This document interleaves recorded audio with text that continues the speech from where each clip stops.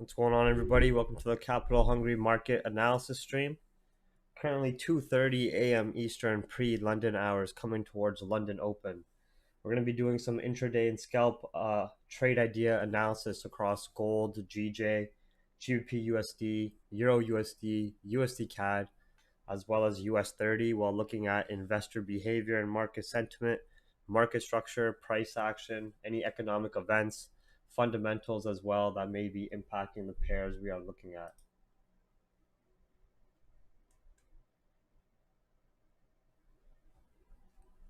How's everybody doing tonight? Can I just get a nice little audio and visual check before I start jumping into it soon?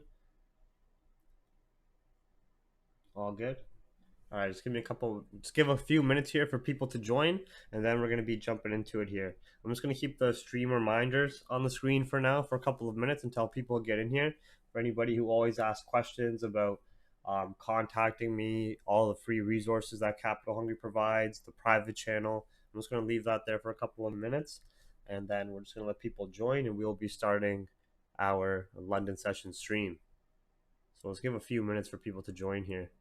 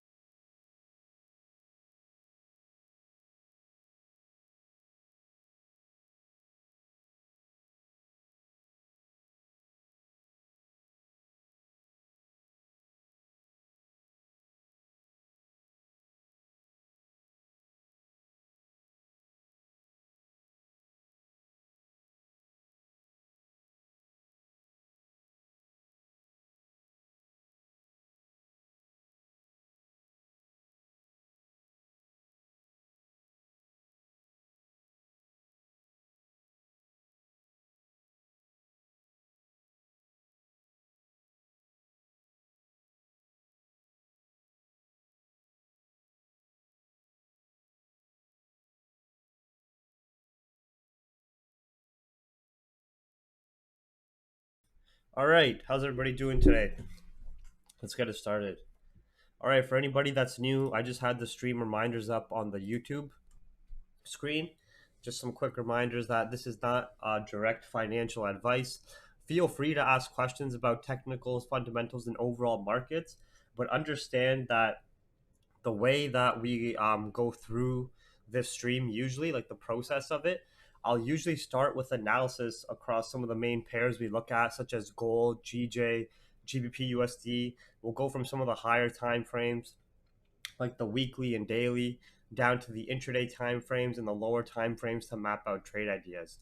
Let me go through that process and be patient. It's the same thing like every single stream. So I know a lot of people will come in. I'll be doing a gold analysis or talking about gold, and they'll be spamming about GJ. It's the same process every single stream, right? Through this stream, we don't just necessarily trade or share trade ideas on just one pair.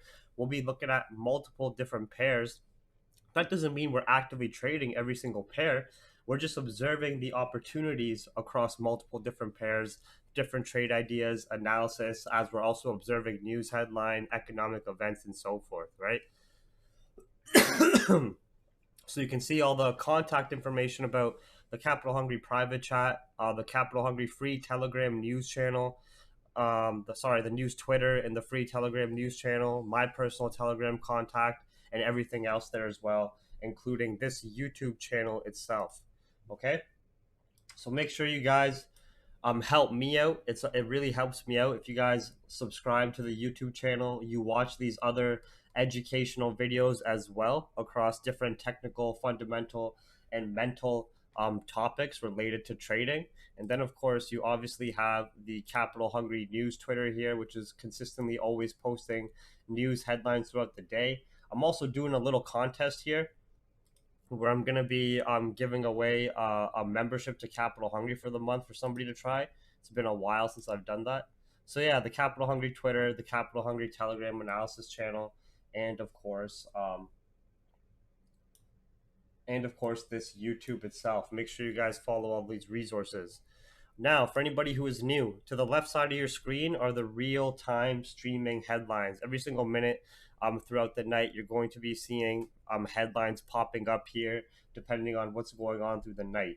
Not every single headline is impacting the financial markets. We're going to take that as it comes. If we do have something that's impacting what we're trading, we can obviously potentially use that information to our advantage because that news is coming faster than a lot of the main stream sources, right? Because it's directly connected to a data terminal.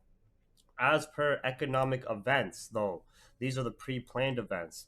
At 3:55 a.m. Eastern, we do have the Germany unemployment data, which is obviously going to impact euro pairs, followed by at 5 a.m. Eastern, the Eurozone CPI, the consumer inflation figures, which is again going to impact euro pairs. And both of this data can have an impact on overall investor behavior and market sentiment. That's pretty much it for the data over euro session.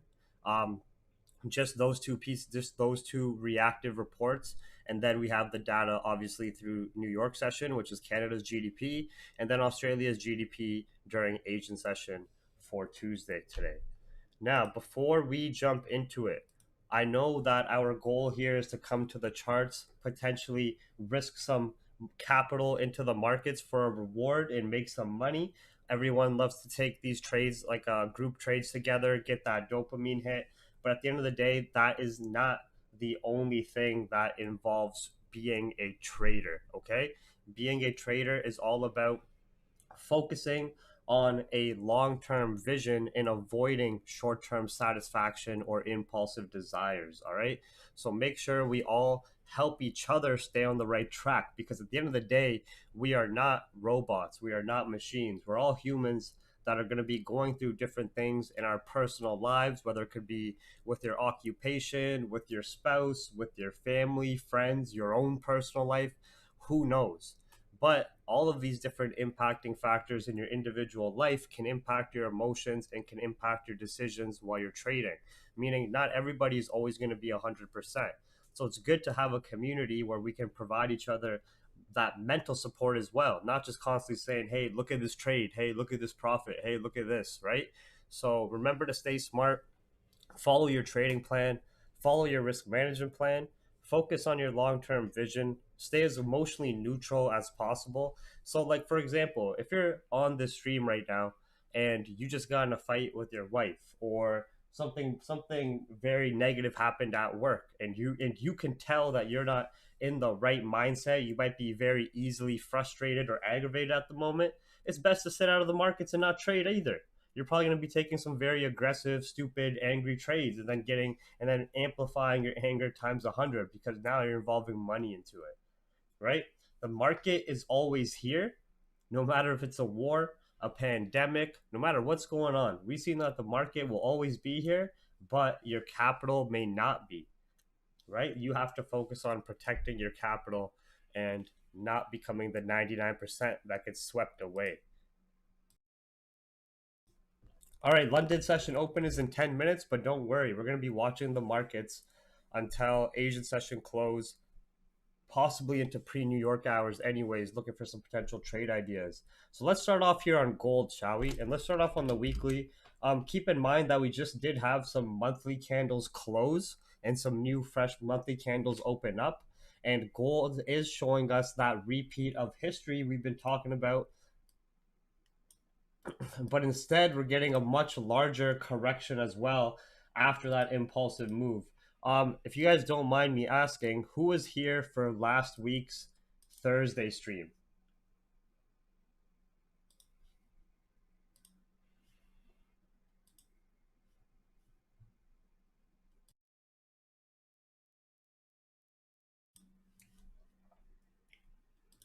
So you guys remember last week's Thursday stream where we were doing the gold sell analysis,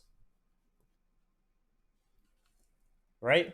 So we're going to be pretty much continuing that bias because that market structure and that sell analysis is still very valid and that trend is still being respected, okay? So what we're pretty much looking at was that after, from a fundamental perspective and from a macro perspective, was that we're looking at a repeat of history of how gold, the precious metal safe haven, previously behaved during economic times of uncertainty. Which previous, the best example to look at is the 2008 financial crash, right? So we were previously comparing to the 2008 financial crash and understanding that gold had a similar run, but due to the trade wars, potential Iran, Middle Eastern drama, then the pandemic markets, we had this similar run peak into all-time highs, and then even a repeat in the price action we were starting to see with how we were, after peaking those all-time highs, starting to enter more of a corrective state with sellers starting to take over. The difference between what we've seen here to the left from that 2008 period is that we're seeing deeper corrections now and a lot faster because the pandemic itself, the overall impact of the pandemic and the optimism that came from it was a lot faster than what happened during the 2008 financial crash, which generally took years to have its impact and also recover years later. But what we can see is after peaking those 2075 highs, we were creating that bearish market structure, and now we've gone to create new lows at this previous price sensitivity area with a deeper corrections because from a macro perspective and fundamentally, after these 2075 highs were peaked and markets started to enter more of an optimistic state, meaning instead a lot of the coronavirus fear got priced in, it was digested by investors. The moves from that were made early on when the rumors were first coming to the scene of it, right? Economies were slowly starting to open back up.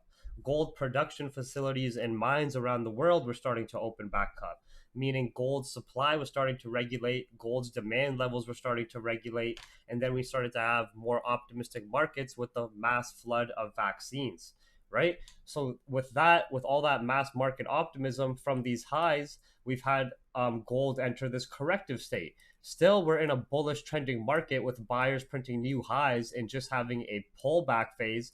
But we have been playing that corrective pullback phase for an extended period of months now. Okay.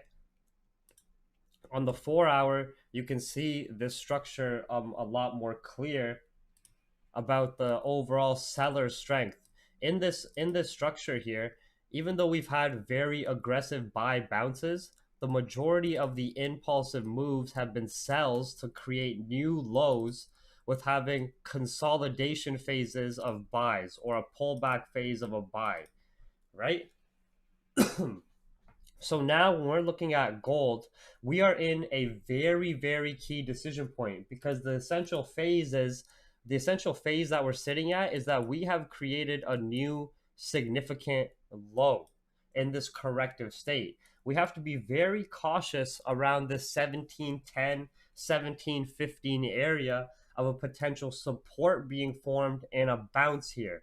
The bounce here would not just be from the fact that buyers are jumping in the market. It would also be with the potential of these sellers exiting positions, as we've created new significant lows now. So when you look at how gold has behaved in this corrective state for a period of months, yes, we've been in this descending channel in overall bearish market structure, and yes, we've had sellers create new lows, and yes, like you guys were watching last week, we took advantage of those sells and understanding we want to target new lows. But now we are at this sort of point and phase in the market where we've had that impulsive push, we've created new lows, and now we have to watch price action very accordingly at this decision point, because we do have the potential of some of these short sellers liquidating their positions, buyers jumping in, and a bounce from these low points with how we've overall been moving, right? Does that make sense to everybody? And at the same time, on the monthly, we're not just retesting this clean candle area. For example, we had this very, very strong upside move, right? And now we're coming to really retest this previous historical liquidity zone to the left. Okay? And on the weekly,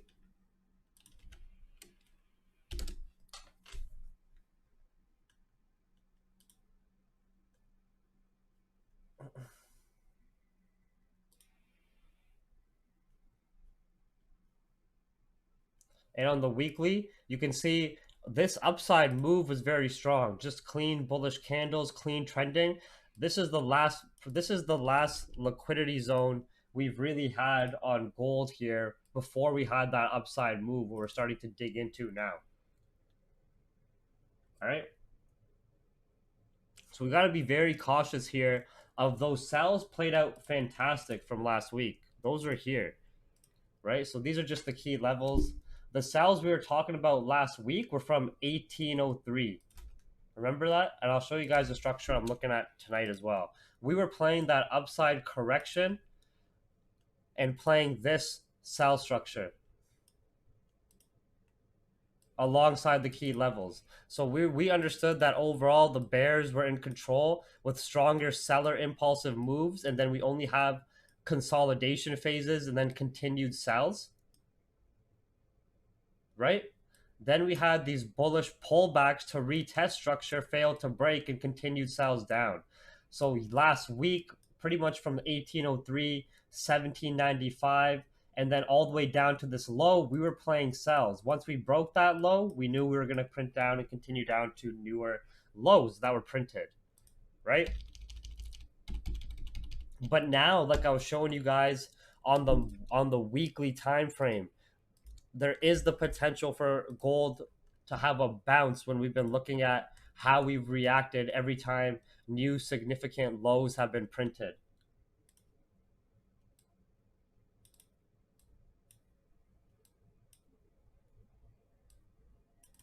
So those sells from last week and early into this week played out great, but we don't want to keep selling it without the confirms. Now I want to zoom in more down the time frames to see if there is still the potential for sellers pressure when we're looking at the price action and momentum, or if we're going to start seeing potential buyers jump in the market. So what I am starting to see is that we're still having bearish market structure respected on the lower time frame after we broke out of that bullish corrective structure.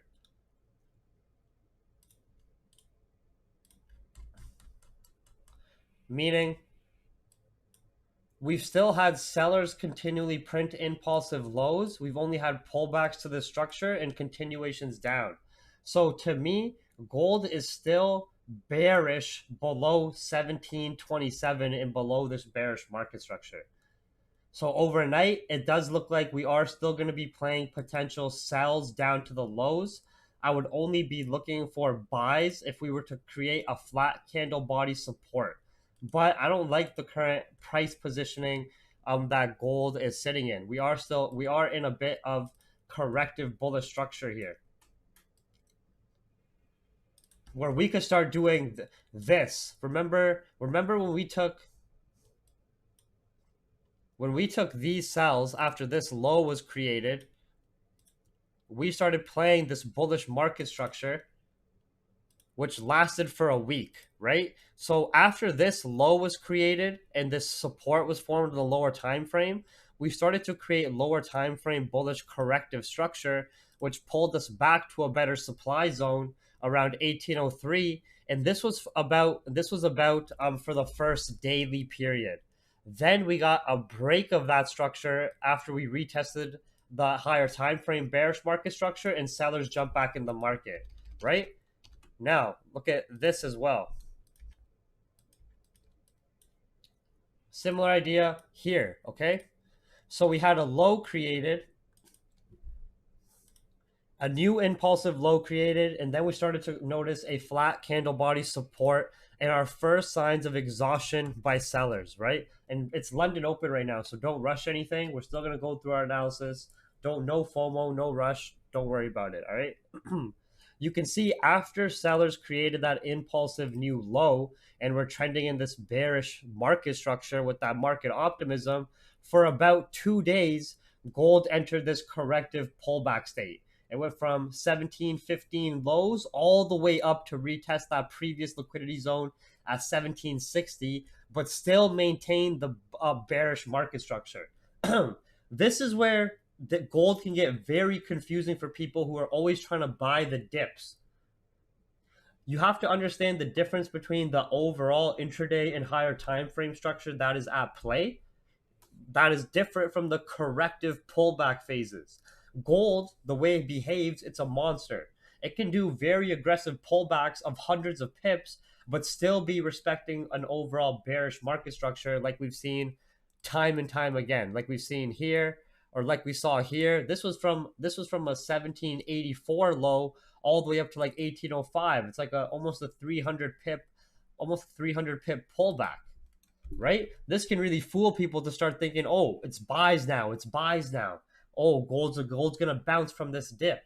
But you have to validate the shift in the market structure.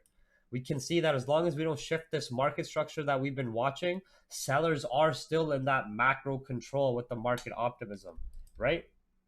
So now I'm seeing gold in a similar state to when those previous lows were created. Right now, we're starting to create a flat candle body support around 1710, just a bit below 1715. And we are starting to notice this lower time frame bullish market structure, right? So we could have this corrective structure play out and potential buys up to about 1732 to retest these previous price sensitivity zone and the bearish structure, then continue our way down.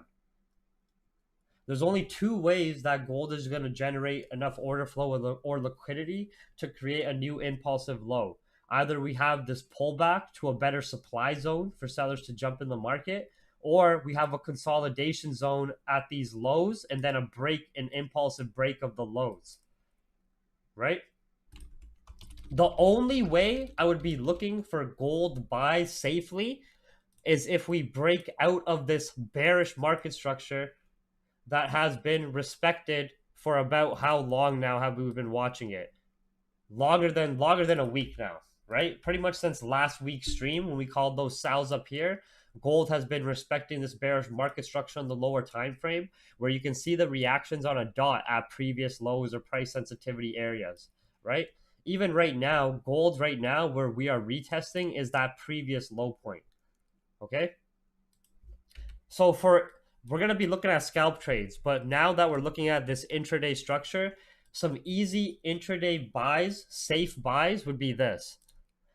Either we play around here, we come down to do a double bottom at these previous lows around 1710. This area, if we came down here and failed to break, is high risk, high reward buys. All right. Your only confirm is the potential failure to break previous lows and a bottom support. You have those two confirms. It's high risk because it's counter trend trading. There's minimal amount of confirms you're checking off, but it's also high reward because if gold goes up from here, you're already well in profit from the lows, right? The safer buys, if you wanted to check off your confirms, would be having this validation of a support here, or just continuing to respect this little bullish lower time frame structure and breaking above 1739. Then we're breaking above the next higher time frame key level in this price sensitivity zone to the left, as well as finally breaking that bearish market structure, showing more buyers momentum and buyer order flow entering the market and showing higher probability of sellers exiting positions. All right. So right now, at this low point, I'm gonna watch gold pretty objectively. The scalp buy I could see is if we continue to respect this corrective bullish structure, and then we come above 1721 for scalp buys up to 1728. All right, and those scalp buys are still counter trend trading. It would be potentially playing that gold corrective state. Right, you guys understand what I'm saying? If we can validate that gold is failing to break its previous lows in this lower time frame structure, like we're sort of starting to see now, and we enter more of that corrective state to pull back to better sell areas, we can take advantage of that piece of the pie from potentially like 1721 to 1736 or 1728 to 1736 if you really want to wait for your safe confirms. The safest sells would be below previous lows if we clear 1710. All right. But what we're going to be primarily watching is this structure. And I just want to quickly zoom out and see how the hourly candle closed on pre-London, which it closed. We had a flat candle body support starting to be created here and some signs of bearish and sellers exhaustion at this new intraday low.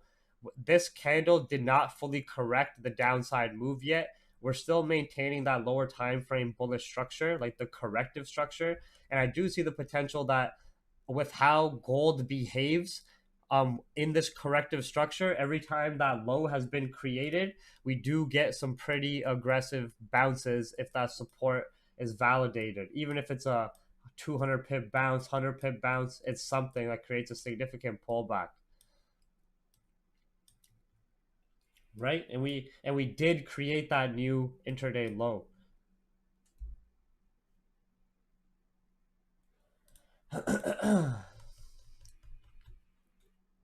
So we're going to be watching gold in this corrective state overnight.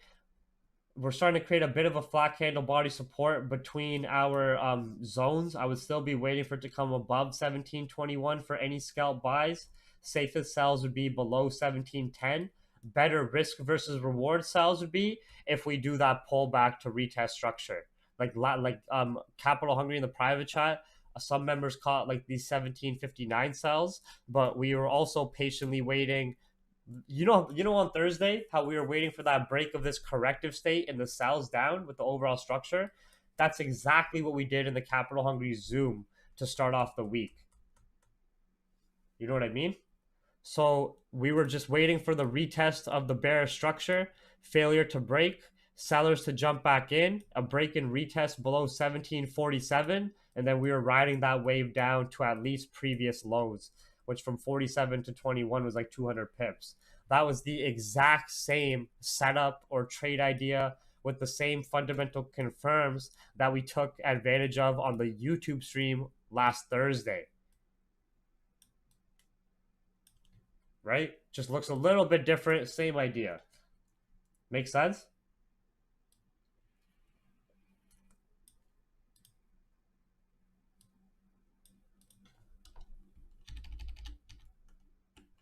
Yeah, me, I already took a gold scalp at Asian session off a bounce off 1715 when I was getting the alerts at Asian. So and plus as I'm doing analysis here, it gets hard for me to like do analysis on pairs. You know what I mean? So I already took I made 5,000 on this gold scalp. It was like close to 50 pips.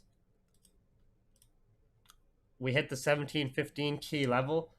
I took that trade off the potential reaction off the impulsive low.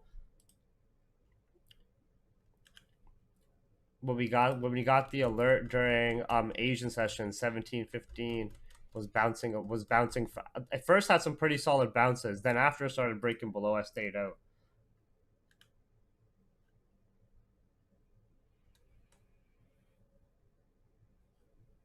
All right.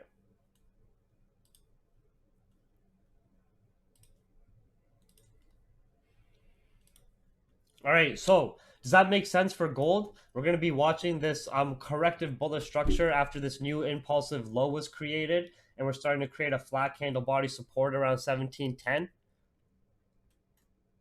Yeah, we'll talk about the contest towards the end of the stream. That empty glass IG profile. Everyone was so like it was mainly for the follower count, so I can do a raffle.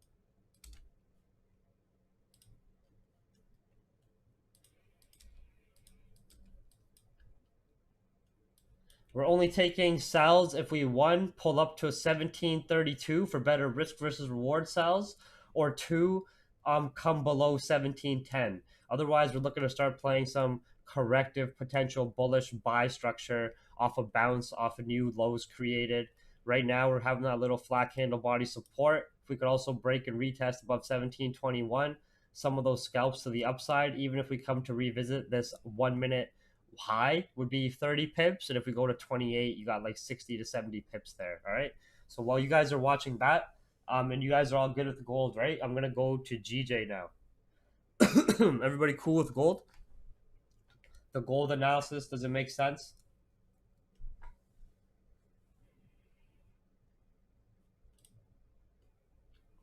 Yeah. All right. Okay, cool. All right, so let's zoom out here. This is the 1 minute time frame on GJ where we've been watching some corrective structure, but I'm gonna come out to the weekly time frame. Last week, what the hell?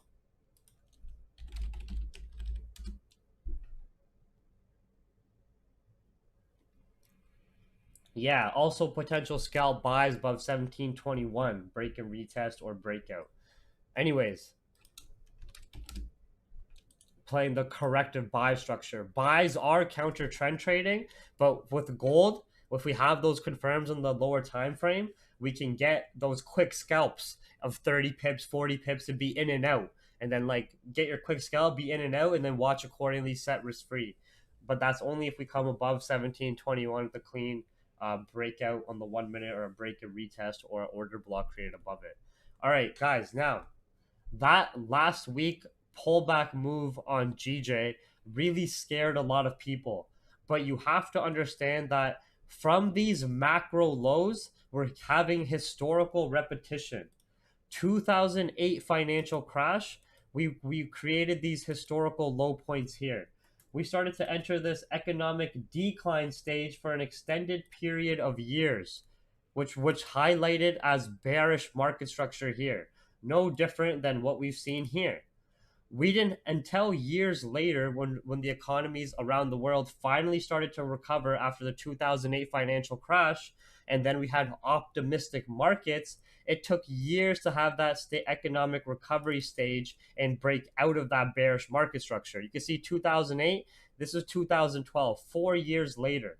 All right, then we had this pullback phase and economic recovery for about 3 years until we had Brexit come into the stage at 2015.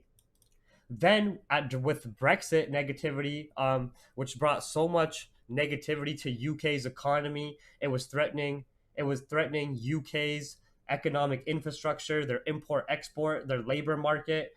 We had sellers jump back in the market after doing about a 50% correction of the impulsive move and go all the way back down to these historical lows.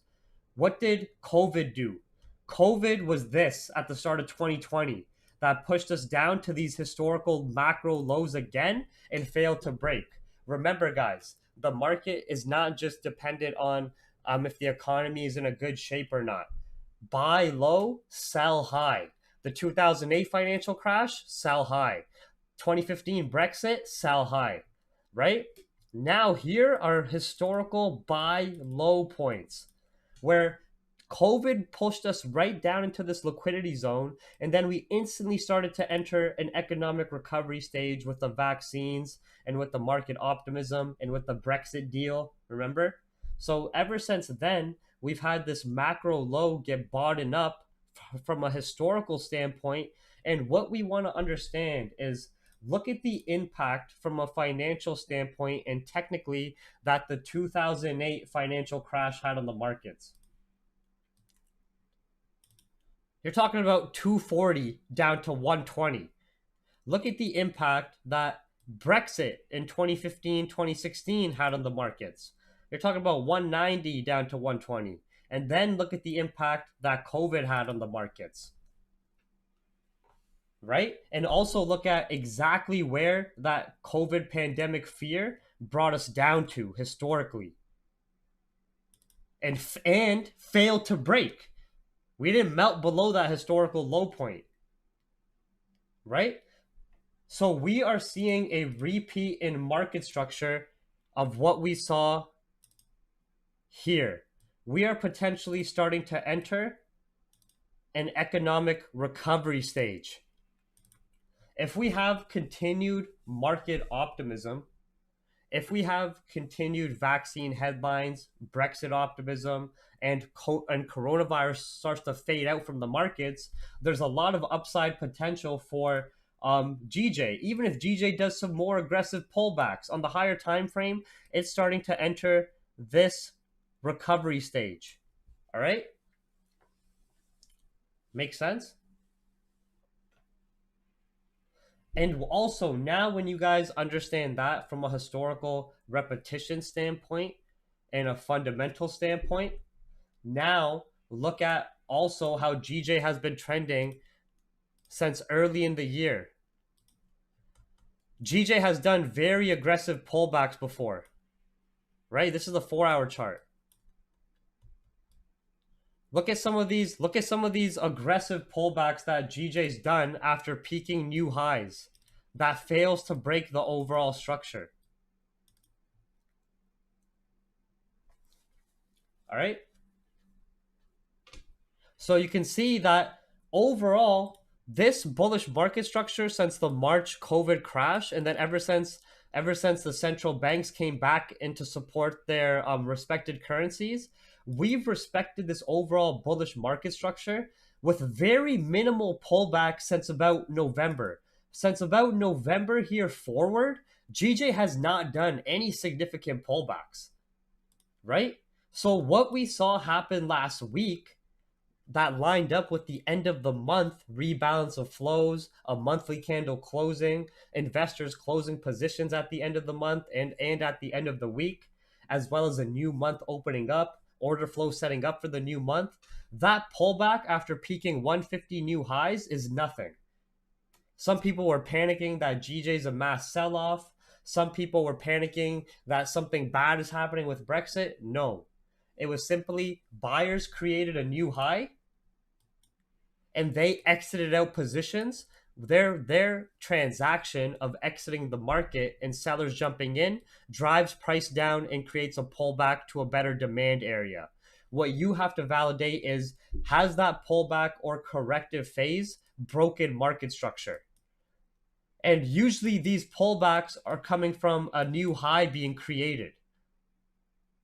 It is that simple transaction that creates the market waves. And from November forward, GJ was just trending like a beast. It had very minimal pullbacks. It had very minimal corrections to push price down to a previous or better demand area. All right. So now when we're zooming in and we're looking at GJ here, in my eyes, GJ could come all the way down to 146 flat, 145.5. and still be extremely bullish on the higher time frames. Do you understand what I'm saying? Right? These are previous like historical highs here. So if GJ wanted to come down, even if GJ wanted to come down to 142 and really shake us out, I would still say GJ higher time frame is bullish. Because this would just be more of an aggressive pullback where we've seen GJ do that before. All right? Just check your headlines to the left. But anyways, right now, what stage is GJ potentially in with the start of the month? It has peaked a new high. It's early in the new month, and we are noticing potential corrective lower time frame bearish market structure. So we're not going to start jumping in buys until we can validate that that corrective bearish market structure is exhausted and buyers jump back in the market. So I'm going to show you guys that here. So let's look at GJ. Let's zoom in here. These are just the key levels and everything else, right? This is what I want to look at. It's from this peaked sell point. And look at how GJ just overall behaves, okay? On the lower time frame, whenever these highs are peaked, you're gonna see this when you go to down to your 5-minute time frame, your 1-minute time frame. You're gonna see this for an extended period of time. This was, for example, 25 days of pullback GJ did. This was 27 days. Here, for example, you had much smaller pullback phases here. Right? Here, after peaking or retesting previous highs, you only had about a 10-day pullback. But what you can validate is that GJ starts to enter this corrective bearish market structure after buyers exit out those positions at new highs created. Okay? And then once price gets pushed down to a better demand area, which is usually a retest of a previous low or a previous high, and you fail to break, then you have buyers jump back in the market from those better price points and then continue up to new highs. Okay, so now GJ is still extremely bullish. GJ buyers have printed a new high for us to potentially revisit. But current lower time frame structure is that we are in a corrective bearish state, right? We are respecting this bearish market structure still so far. From these peaked high points, we had this impulsive low created. From this low, we did not go to revisit these highs. We had a lower high created, and sellers jump back in the market now with us to potentially revisit these lows. So pretty much GJ, 148.500 retest and fail to break, sells. 148.200 break below, sells. Because we're still playing this corrective bearish market structure. Does that make sense to everybody? I know GJ higher time frames is bullish, but I would only be looking for GJ buys if we could validate a break out of the corrective bearish structure, meaning I would only be looking for buys above 148.800. All right. Okay. Even when you want to go down to like the 15-minute, because what I'm trying to visualize is either if we come to pull back to 148.5 and fail to break, or if we clear out these lows and respect this bearish structure, we're going to come revisit these previous lows, which also gives the higher probability of us doing a deeper pullback higher time frame to potentially, for the new monthly candle, create a support at 146.5 and then have a continuation back up to these highs.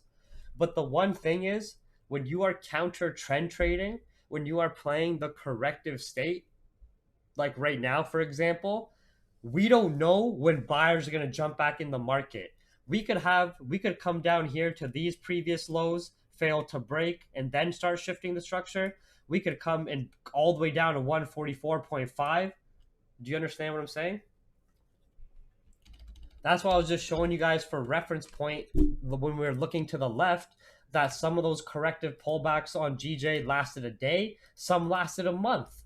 But we have to objectively watch that with the price action and market structure. Right now, I don't feel safe taking GJ buys unless we either one came down to a better demand area at 146.8. I would feel safer taking buys at a at a support created at a better demand zone. Or two, I would feel safer taking buys if we broke out of this corrective bear structure and came above 148.8. You know, I primarily don't take the counter trend trades. I'm just giving those counter trend trade ideas there that if we that if we break below 0.200, we will come down to revisit this previous low.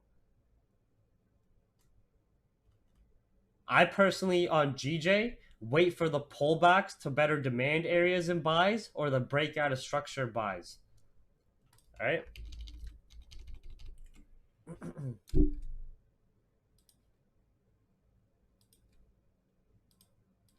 So we're going to be watching that accordingly overnight. Something else we're going to keep an eye on is how the US dollar, Japanese yen, and volatility index is moving because our US dollar has strength. This is going to help our Euro USD and potential GBP USD corrective sell bias as well.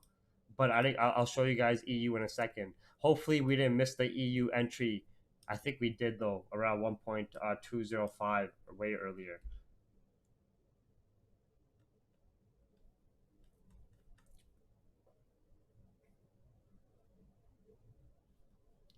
Yeah, we're gonna put the dollar here on the 30-minute chart.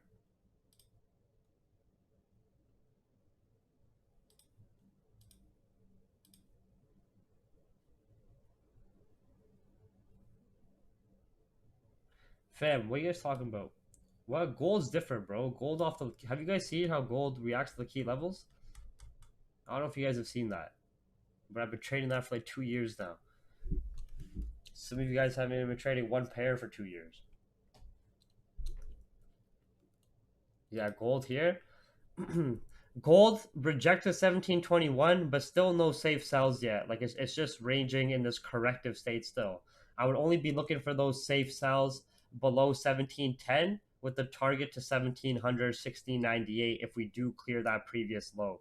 Otherwise, we could still very much well come just bounce from this trend line, come up 1721 and play this corrective state where the better risk versus reward styles will still be at 1734. But if we do come below 1710 and clear below that, 1698 is a nice target because the US dollar still bullish, which is the secondary in this quote. And we still have gold in that higher time frame corrective bear structure, right? Obviously, we didn't get the break above 1721, and we're just ranging right now in this lower time frame corrective state. GJ just creating a bit of an order block here in range between 0.200 and 0.400.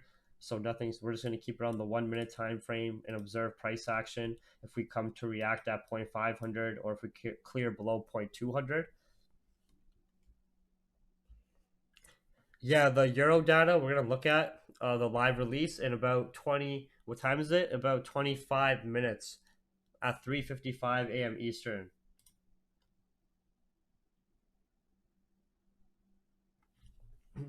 What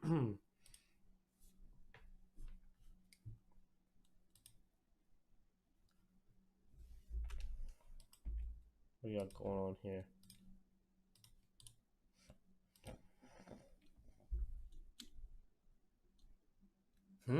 Yeah.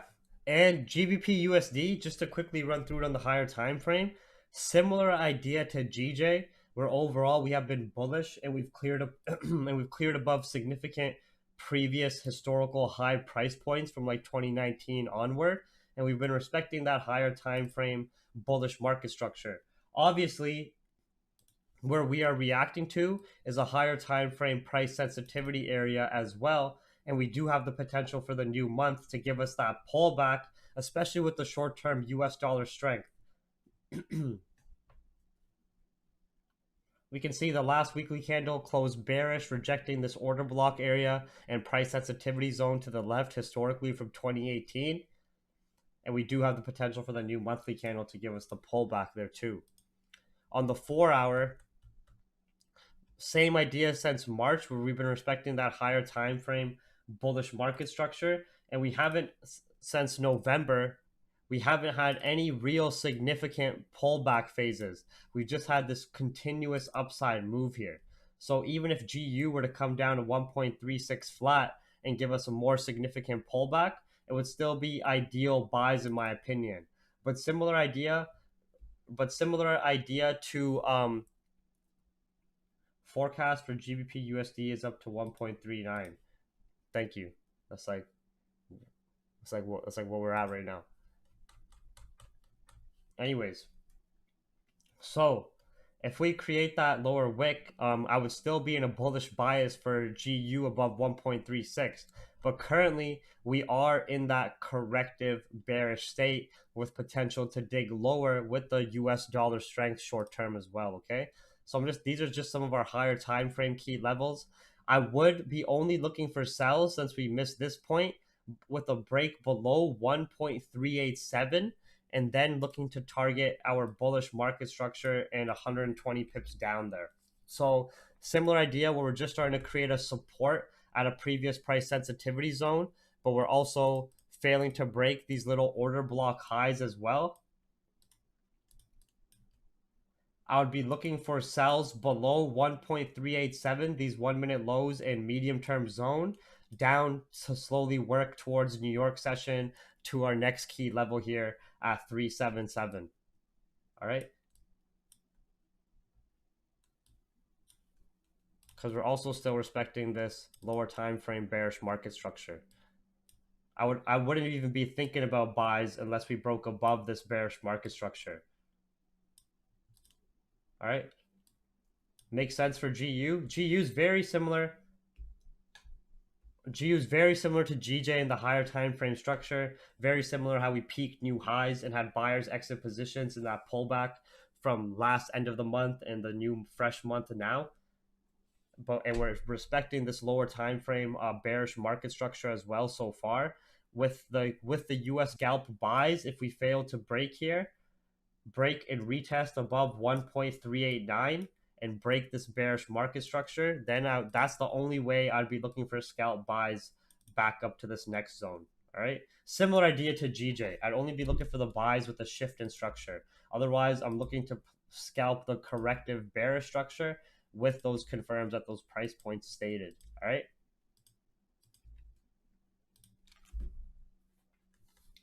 Euro USD is a similar idea with this lower time frame bearish market structure, but we missed these sell scalps at the break and retest at 1.207 down to the key level.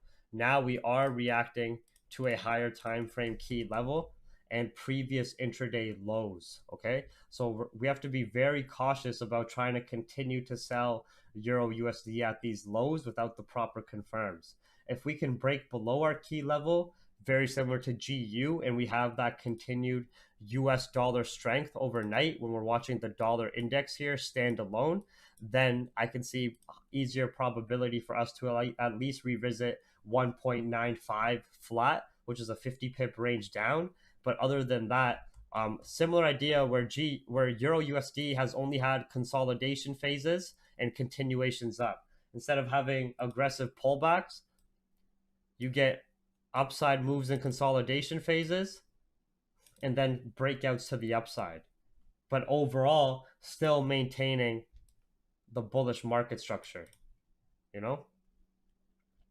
So similar time to after these highs were peaked and we started to enter a consolidation stage, and we had this impulsive low and we revisited that low and failed to break. We are coming to a sticky situation there, like right around there. You get what I'm saying? Where if we fail to break this price point on the higher time frame, we can have buyers jump back into the market. So some of the sells we initially played ran good, but now we are coming to a very, very key decision point. All right. Yeah, I got to get water too in a second. Gold will take buys. See what I was talking about? This corrective lower time frame structure. Gold are taking buys if we come above 1721. If we break above it, all right. So just wait for the candle confirms a price above it. Unless some of you guys took the bounce off the little corrective trend line. Otherwise, wait above 1721. Okay. But do you guys understand what I'm saying? Like how gold is just in this corrective state right now with potential to slowly make its way up to retest this structure. But that's only if we break above 1721. I'll check your GJ analysis once I just check out Euro USD on the 1 minute here. So on the 1 minute, you can see that we're respecting this bearish market structure, and now we're reacting exactly at a higher time frame key level. Okay. Now, so let me clear this up here just to clean it up. Similar idea to GU and GJ.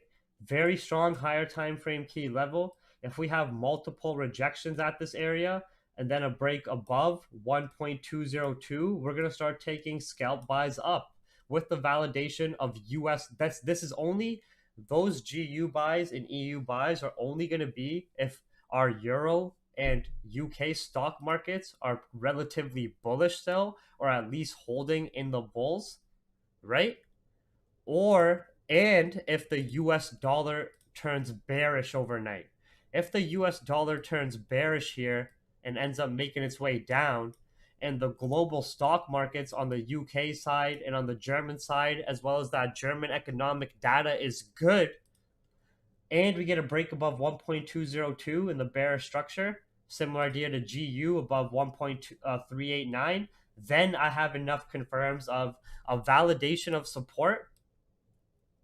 The secondary in the quote being weak fundamentally when we're looking at the dollar, stock market strength showing confidence in the currency markets and in the stock markets, and then also technically a break of structure and a break of those 1 minute price sensitivity zones. All right. Gold buys wait until you guys have to wait for candle closures above the level. The key levels have usually very strong reactions, right? So what I was telling you guys is a breakout or a break and retest or a break and then an order block, a support. This is reacting to the below side of it. All right. So those buy ideas above 1721 are still very valid. But keep in mind it's a new 30-minute candle and we have to wait for the break above 1721. You can't just enter like a buy as soon as the candle taps it. You know what I mean? That's not like how it works. It's not like the price taps it, then it's gonna like, yeah. Like yes, we're waiting for the 1721, but we're still waiting for our confirms of like price to break above it, like do something like this, right? We're waiting for something like this, or something like this. Even if it's something like this, that gives us a quick 30-40 pips. But just that initial tap is a no-no. You know what I mean? That's just a reaction still. Right?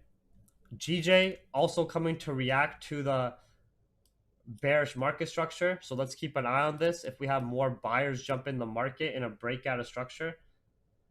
No, I only took a trade so far at Asian session for just a buy scalp on gold this week. And then I took 2 trades last week. That was it. I'm not in anything as of now. Like I'm not in any gold buy. I'm not in a gold sell. I'm not in a GJ buy or a GJ sell. I want to see how GJ is going to react to this structure. I want to see how GU is about to react here. I want to see how Euro USD is going to bounce off this level here potentially. And we have the Euro data coming out shortly as well. Let's see if that brings some market optimism too.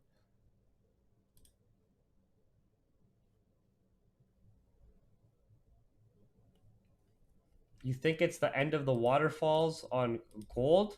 I don't think it's the end of the waterfalls on gold until we break the bearish market structure.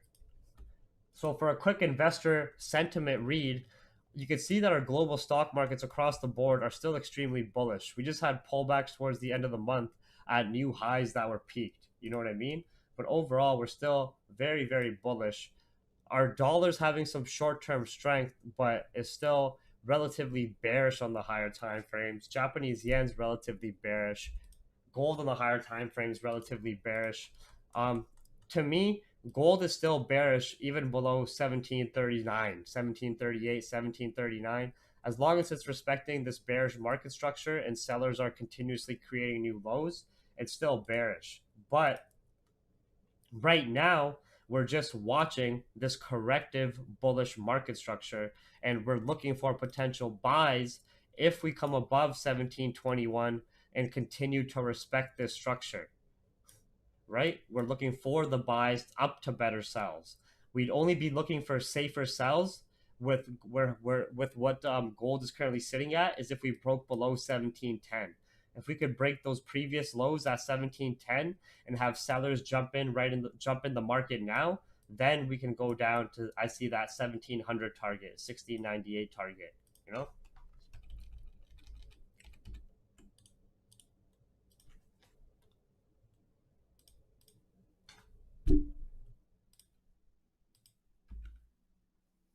Yeah.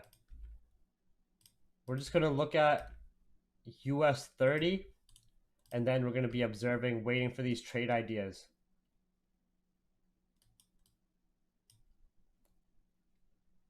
Yeah, nothing goes up or down forever, you know what I mean? The market moves in waves due to that transaction between buyers and sellers entering positions, exiting positions, and leaving the market, cashing out.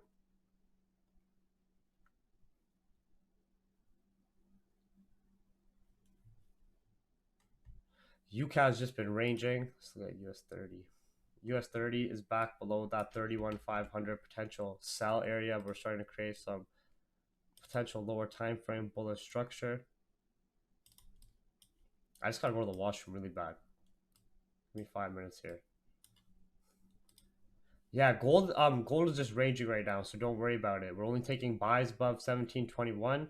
We're only taking sells below 1710 or at a retest of the bearish market structure. You made 13K with Martin Hill FX.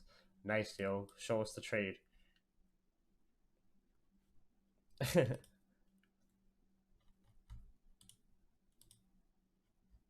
GJ reacting at that 0.500 area and close to that bearish market structure we're talking about.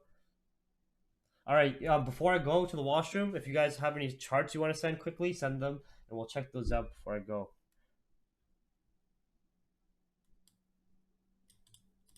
Yeah, I'm back in the gym grind. So I eat like 6 meals a day, and I've been drinking a shit ton of water.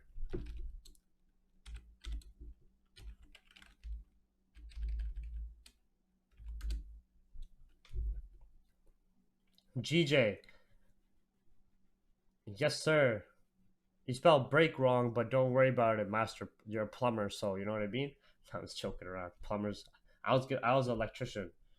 But anyways, this is exactly what we're looking for. The safer buys would be if we were come above 148.500 after breaking structure. I would still see it safer above 148.800 just with how this bearish market structure is still being respected. But if we could have a clean order block above 0.500, I'd see those buys. Right now, we're just reacting at the retest of bearish market structure.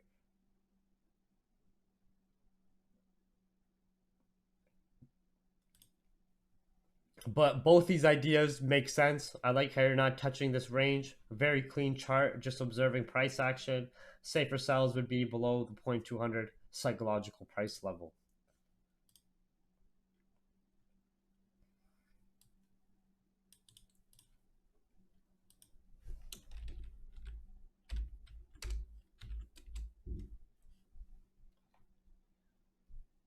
GJ, you're looking to enter GJ right now, a little bit early. So your stop loss is around where? 3.8? This makes sense though. This makes sense if the 1 minute stays above 0.500 and we break the structure, right? You have to watch this lower time frame structure that's been respected after these highs were peaked at 150.5, where we've had tons of exhaustion at these highs, right? So I would only see those buys if we could break above this bear structure and create a support above 0.500. Otherwise, I think you're entering the buys too early without the confirms of price above that price point still. You know what I mean? Especially with I want to see how this hourly candle, if this hourly candle closes below this bearish market structure, it's still not the best confirms. I'd rather wait for the confirms above it.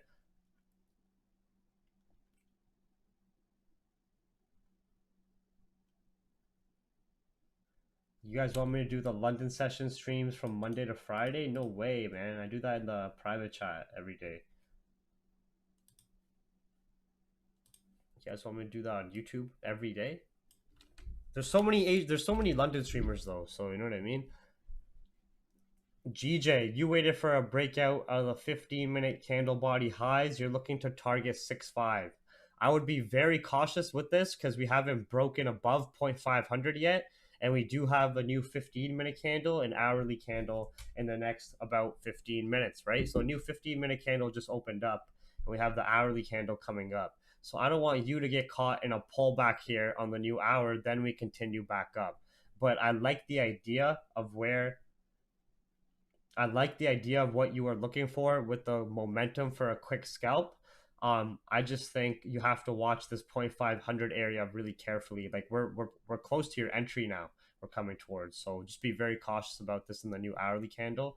I'm personally would wait for those GJ buys with the break of this bearish structure.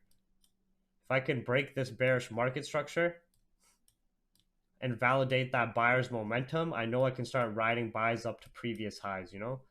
But hopefully for you guys, this 15-minute candle is just creating its lower wick and we can break above 0.500 in the structure and continue up.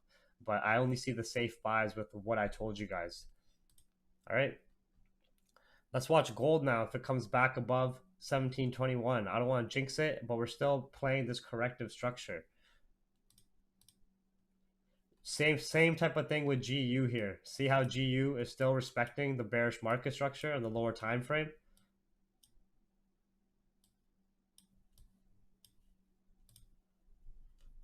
Euro USD, we want to watch the pullback to 205 anyways for potential better sells. US 30, I'd be looking for buys if we can break above 31,500, back up 150 points and potentially to 31,700. Fundamentally, US 30 still extremely bullish. US 30 did a quite aggressive pullback from all-time highs and respected this bearish market structure after starting to show signs of exhaustion at these lows around 31K. And then now having a break out of bearish market structure and creating some potential bullish structure, retesting this previous price zone to the left here, right? So with how US dollar is still being flooded into the global stock, into the US stock markets, the Federal Reserve support, the higher time frames are bullish, and the fact that we broke out of that corrective structure, I would be looking for buys if we have a breakout above 31,500, not the current price point, but 31,500. Not if we tap it, if we break and retest above it. All right. Gold is still teasing us. They're not London streamers. Yeah, there's a lot of London streamers. I think only Rakeel, I think only Raja does New York, right? I do London because I trade London. I've traded London for 3-4 years now. It's not, I don't care if I live there or not. It has nothing to do with like when, I don't care when other people stream, right? If I traded New York more often, I would be streaming New York even when Rakeel does, even if I got 5 viewers, if everybody's watching him, right? It's just dependent on when I trade.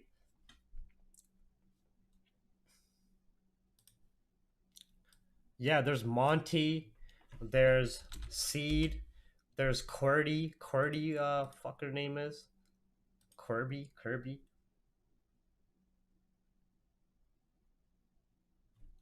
There's a lot. I don't know, man. There's a lot of streamers, right? There's fucking Todd Capital Group. I like this. I like how you labeled out your various risk potentials on the trades. This is very nice. No trade zone, very clean. You don't want to fuck with this. Low risk sells if we break below that area down to the next range. Here's a no trade zone because of all this price sensitivity to the left. Another safe sell would be below there. I really like this. I like how you labeled out the exact price points you're looking at. I like how you're not touching the ranging market. I like how you labeled out the various risk levels of each trade idea. This makes sense. I agree with it as well. Same type of idea, except a lot of you guys watch just the horizontal supports and resistances and price points. I like to watch that alongside the market structure because a lot of you guys are trying to take buys very early, and to me I can't see those buys without the break of the structure. That's all I'm trying to say. You know what I mean? Like there's people who are trying to take GU buys early, but I can't see those buys without the break of this bearish structure that's been respected for almost the full few days now for us since the week has opened up, right? And this is not even from the real this the actual bear structure starting from these highs. If I was to drag this all the way up, you get what I'm saying? This is where the first peak sell was to this low, and this bearish market structure has been respected still for a couple of weeks now. I think gold's gonna give us our breakout soon. Let's get some 1 minute candles above it for some potential scalp buys, but we need the candle closures above 1721. I probably jinxed it, but we'll keep an eye on it. Neil, let me check that out. And keep an eye on the new hourly candles. Neil, where'd you send it? Okay, I got it. ICT, I'm not too sure. Euro AUD, I like this. I really like this. I like this little order block here. I like how overall we're still respecting that higher time frame bearish mark. I'm guessing this is a higher time frame bearish trend line, right?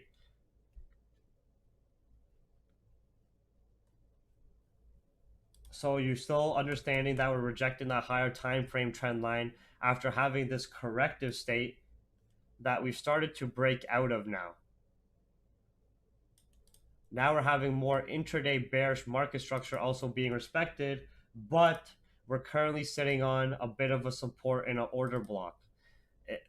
If we break this order block low, all this will be validated as sell side liquidity for a move to the downs, for an impulsive move to the downside. Yes, this looks very nice if we can break this support level in this order block low. Looks like a nice trade. I didn't jinx gold. I just said just wait for the candles closures above. Oh, this isn't the clean. Nah, this isn't the cleanest price action yet. Like this is right on the level where the candles are closing. Not this isn't the cleanest candles closures above yet. This isn't a breakout or a support yet. Okay, this is just another reaction. So no buy yet. We need candle closures above the level, not on the level. You know.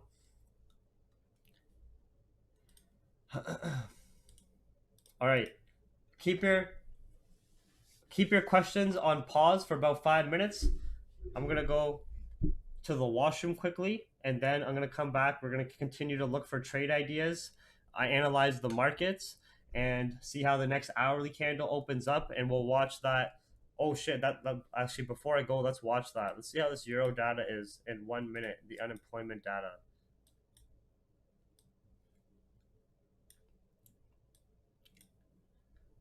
All right, so Germany unemployment data. Let's go to Euro USD. Oh, we're on Euro USD right here. Okay, unemployment data. Previous poll was minus 13K. The prior was minus 41K, which is really shit. So the previous was a lot better. The unemployment rate is the same as the prior forecast is the same as the previous, which is 6.0%. So if we get anything below 6.0, and if we get anything below minus 13K, then we'll have some good data for potential Eurozone here. And then 5 minutes after, or not 5 minutes after, an hour after, we have Euro CPI. So let's just watch this in 30 seconds here before I go to the washroom, just to see if it has any impact. If it doesn't have any impact, then fuck it. We'll wave it off if it's a neutral impact. 15, 14, 13, 12. Any Germans in here? Let's see how your economy's doing, you know? Any Germans in the chat? Let's see how you guys are doing. Your unemployment rate is the same.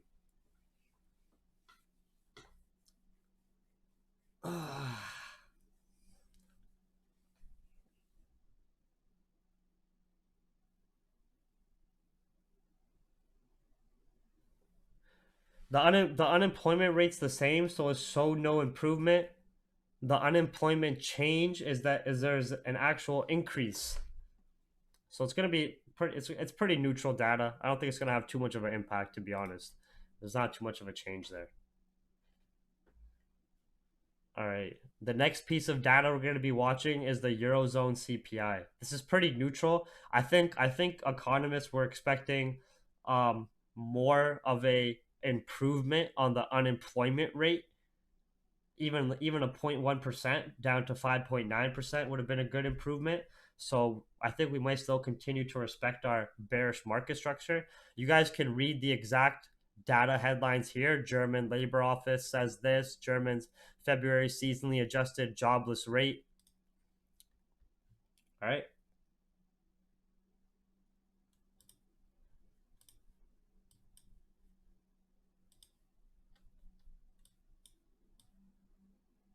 German DAX went back up to revisit the previous highs as well, but that's really just from, like, it was already pushing up. We still would need to break these previous highs to show more optimism.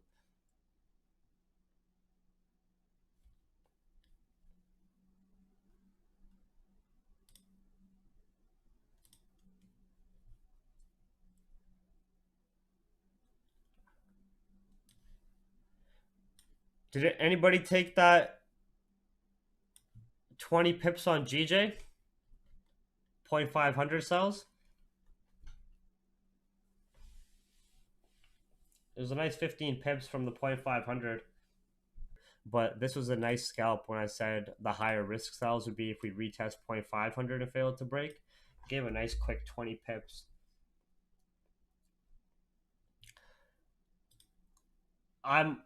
Here comes gold now. I'm also in a gold higher time frame sell bias, but we are currently creating new lows and entering a corrective state where I'm looking for better sells at like 1730, 1735, 1739, you know?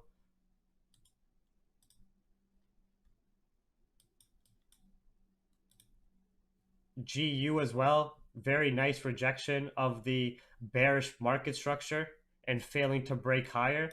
Safe sells would still be, if you didn't get that retest of structure, safe sells are still going to be below 1.387.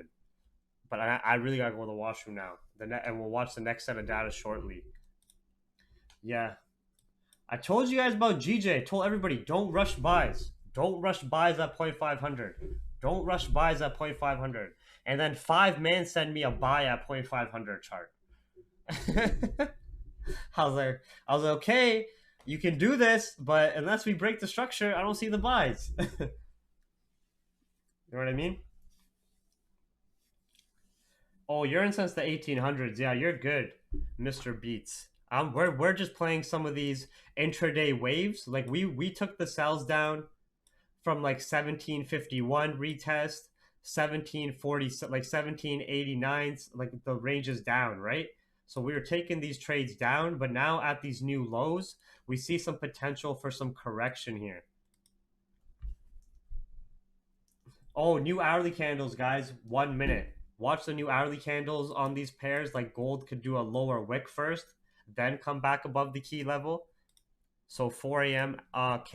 Those 3 a.m. candles are closing. We're gonna check how those candles are closing, and the new ones are opening up. Okay, I'm gonna be back in 5 minutes. So I go to the washroom now. You guys destroying my bladder, man. Like and subscribe. Make sure you like and subscribe. Don't forget, don't forget these economic events. We just observed the Germany unemployment change data, which was fairly neutral, and we're watching the Eurozone CPI at 5 a.m. Eastern. New hourly candles just opened up. We can see GJ, even though it rejected 0.500, the hourly still didn't break below 0.200. We're still in this range, so we don't have the safe sell options just yet.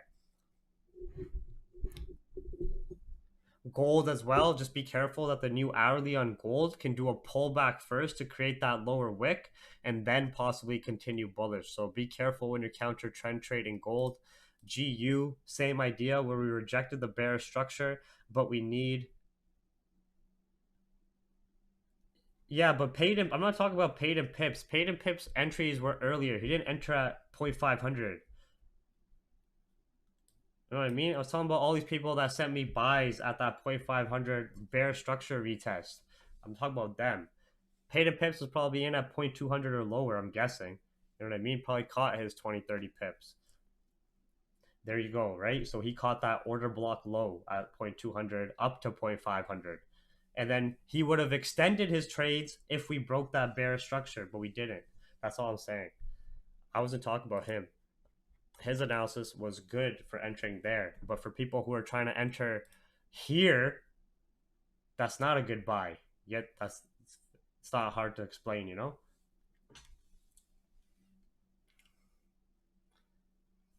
Yeah, this was a nice sell. If anybody take that high risk sell, Reno, you caught it. I would exit out some positions here towards these candle body lows and then just watch price action accordingly and set risk free. I would extend it if we come below 148.2. All right, yeah. So we go to the washroom and then we'll check out what's going on after that.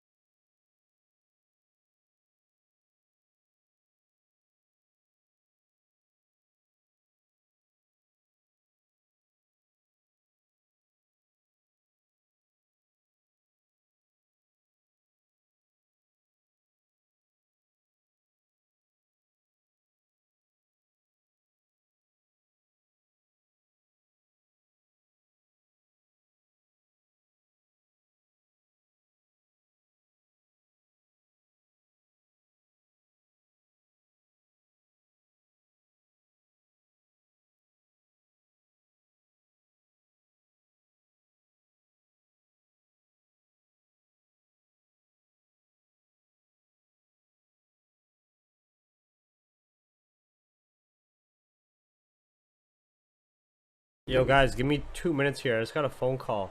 GJ are still waiting below 0.200 for more sells. Gold ran that quick scalp from 1721 for 30 to 40 pips. If you guys caught that, I'm just on the phone. Give me a second here.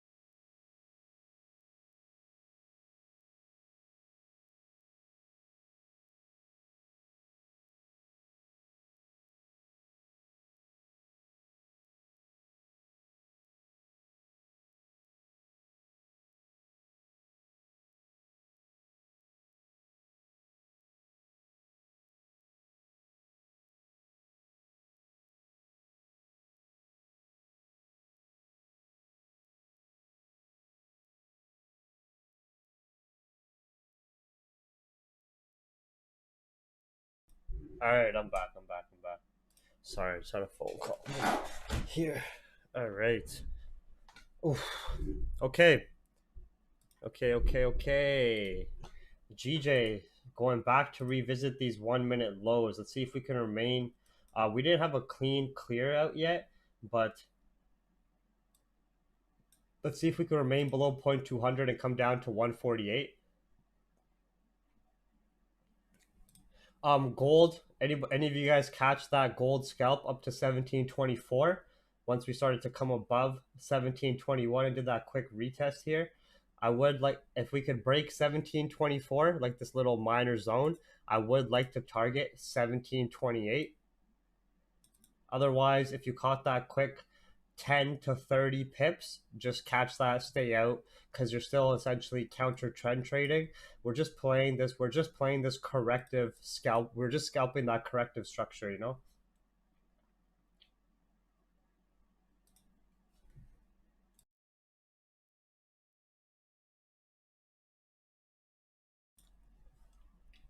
Yeah, Asian session markets are closing in an hour. Then we have the new 4-hour candles coming in.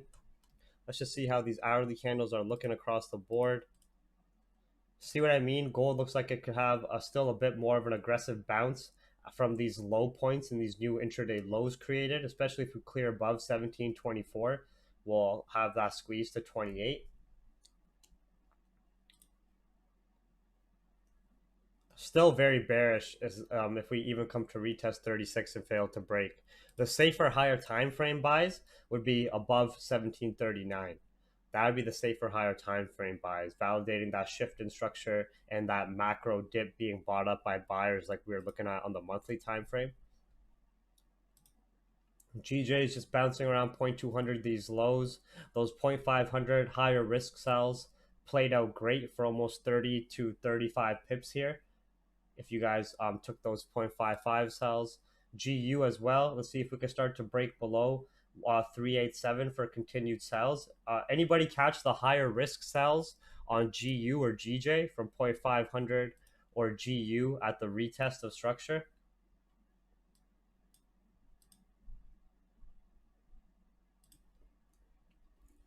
Gold stocks. I'm not too sure about gold stocks because gold stocks aren't the same as gold spot. Like if you're talking about gold mining company stocks or like gold company stocks, then I'm not too sure, you know.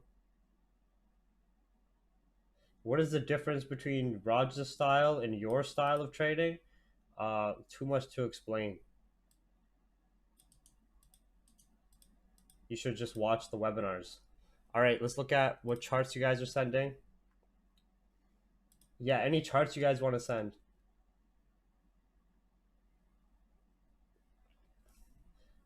We still didn't clear these lows for safe sells on GJ yet, so don't rush that.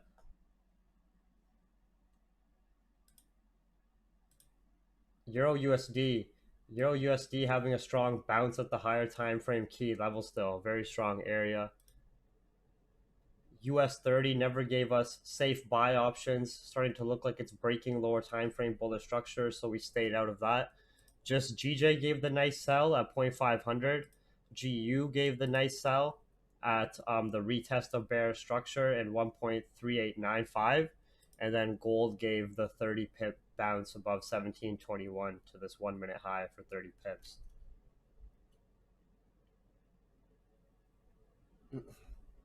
Yeah, let me check out any charts you guys want to send. I'll be checking those out over the next hour, any pair or whatever you guys want me to check out here. Before we do that, I need everybody here to do me a favor. And it's a contest for you guys. How many people we got here? Like, how many people are watching? 200, 300? All right. I need you to subscribe. This is for anybody who wants to be a Capital Hungry private channel member and see what it's like to be on the inside, not just be on the fucking, the refugee chat. First, subscribe to this YouTube. Take the time and effort to watch these webinars. It'll teach you a lot. You know what I mean? It will really teach you a lot. That's not a lie. It's all for free there too. All right. Follow the Capital Hungry News Twitter.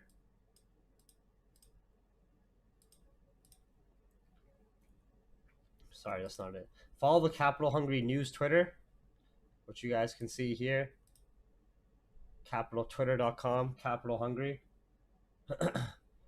Follow the Capital Hungry YouTube channel. Subscribe. The Capital Hungry free Telegram analysis channel. Now, I don't have Instagram anymore. And this was sort of a joke towards a certain somebody who said their Instagram got hacked and they're trying to start fresh with like a new funding talent. But that's a whole different story. But anyways, this Instagram page, what's it called? What's the name of it? Glass half, glass empty. This shit. This IG page is just a glass. It's nothing.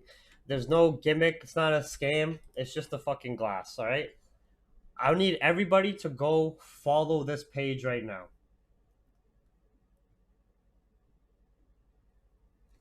All these followers are being put into a raffle and contest.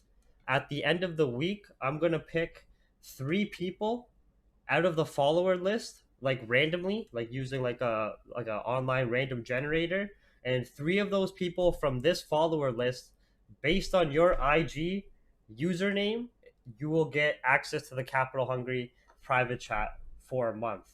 This is just the I don't worry about what it is. It's just a fucking glass. It's just a glass that could be half empty or half full. It's just sitting on my table. But the whole point of this is it's a contest. All you have to do to enter the contest is follow this page. And once you follow it, you're with whatever IG you follow it with, that is what the IG username you're entering into the contest. All right. And then on the end of the week, I'm gonna announce it either on maybe the Thursday stream. I'll announce the 3 winners. The 3 winners will get a 1 month trial to the Capital Hungry private channel. I haven't done a contest in a while, so good to give back to the people. And for those of you that are wondering like what you get, it's the same as any other member, but after a month, you'll be removed because like it was just a free trial. You know what I mean? It's just a contest. So what you get when you sign up is you get access to the 3 Telegram analysis channels: the Capital Hungry main feed, where we do the London Zoom sessions every night. We do market update webinars. We do like our weekly flow. You get an economic events report, weekend news briefings and headlines. You know what I mean? You get your mental and psychological reminders and everything else at the start of the week. Every single week you'll get access to that fresh content: weekly recap webinars, psychology webinars, market updates for trade ideas, London Zoom sessions, and everything else. You also get access to the Capital Hungry trade room, where you get key level price alerts, you get session open and close alerts, you get other members sharing their analysis and trade ideas, like Paid and Pips here, who took 0.200 buys and caught 30 pips earlier at the start of the night. You know what I mean? You get your Capital Hungry Market Monitor, which just sends a quick update every 2 hours about the main things that we look at in the price changes. You get like other members sharing their analysis, the access to the Capital Hungry newsroom as well, which is connected to a real-time news terminal. Roger guys didn't know, and then the Capital Hungry banter chat. And then you also get access to the Capital Hungry webinar vault, the educational webinar vault. You'll have access to all of these resources and tools for 30 days, as long as like a regular member subscription would be. Right? People pay $100 a month for this service. You have to understand, just if you want to go get a news terminal by yourself, just a news terminal, it'd be hundreds of dollars a month. If you wanted to get a news terminal that you could share with people, it would be thousands of dollars a month. Just for the news, just for simply the news. Right? You get access to all the analysis we do, the market updates, the economic information, the news, the weekly recaps, the mental reminders, the higher time frame analysis on pairs, the streams, the London sessions, the key level price alerts, the session reminders, the trade room updates from myself and other members. Right? It's always busy, always active, always different trade ideas shared, analysis shared, what we're looking for and why, key level price alerts, other members sharing what they're looking for and why, Zoom sessions, market monitor, newsroom, everything. You get access to all 4 chats for a month: the banter chat, the CH newsroom, the CH virtual trade room, and the Capital Hungry main feed, alongside access to all of these 50 educational webinars that aren't on my YouTube, and access to 300 past breakdowns. 300 breakdowns on like Euro USD, gold, GJ. If you ever want to back test something, see how we did analysis in the past, everything. You know what I mean? So if you guys want to enter this contest, you just have to follow this glass. The original point of this was to show that I could get an inanimate object to get more followers than some certain IG mentors. Protein Paul. So this glass has more followers than a real human. You know, it's fucking crazy. It's just a glass. It's crazy. But it also turned into a contest. So now it's a contest. Yeah, some people said they got hacked and all this shit. It's just a lie. But anyways, so yeah, if you guys want to follow that, it should be at 400 followers right now when I refresh. Holy shit, it is. Good job, guys. It is. Good job. So that is the contest. At the end of the week, remind me, guys, everybody in here, remind me on the Thursday stream. I'll announce it either on the Thursday stream. I'll do the random generator just like live in front of you guys. I'll just get the because my girlfriend made this account. I don't have Instagram because Instagram's toxic. But I'll get my girlfriend to send me the list of followers. I'll just go to like Google and put it into a random generator, and I'll pick 3 right in front of you guys. All right. So that's what we're gonna do on Thursday on the stream. At the end of the stream on Thursday, we'll pick those winners that will get access to the service. It was just to prove a point. We were just joking around. You know what I mean? So yeah, it's just called Glass Empty 2021. Then he wins. Then he gets a month in the. Anybody can enter. You know what I mean? Anybody can enter. Anybody can enter and win. It's just a empty glass. It's just a picture of an empty glass.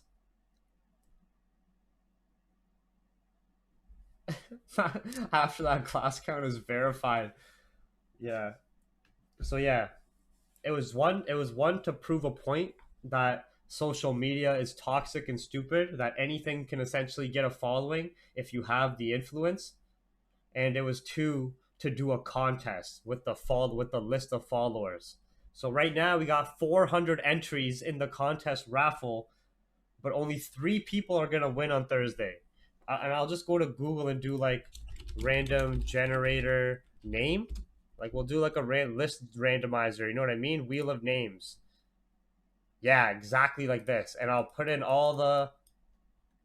What the hell is this shit, man? What the hell? And I'll put in all the usernames here, and then we'll spin 3 times, and we'll pick a winner on Thursday. All right. Cool. Follow Glass Empty 2021. Let's see if we can get some more followers and IG mentors. That'd be hilarious. Oh man. So yeah, that's the contest.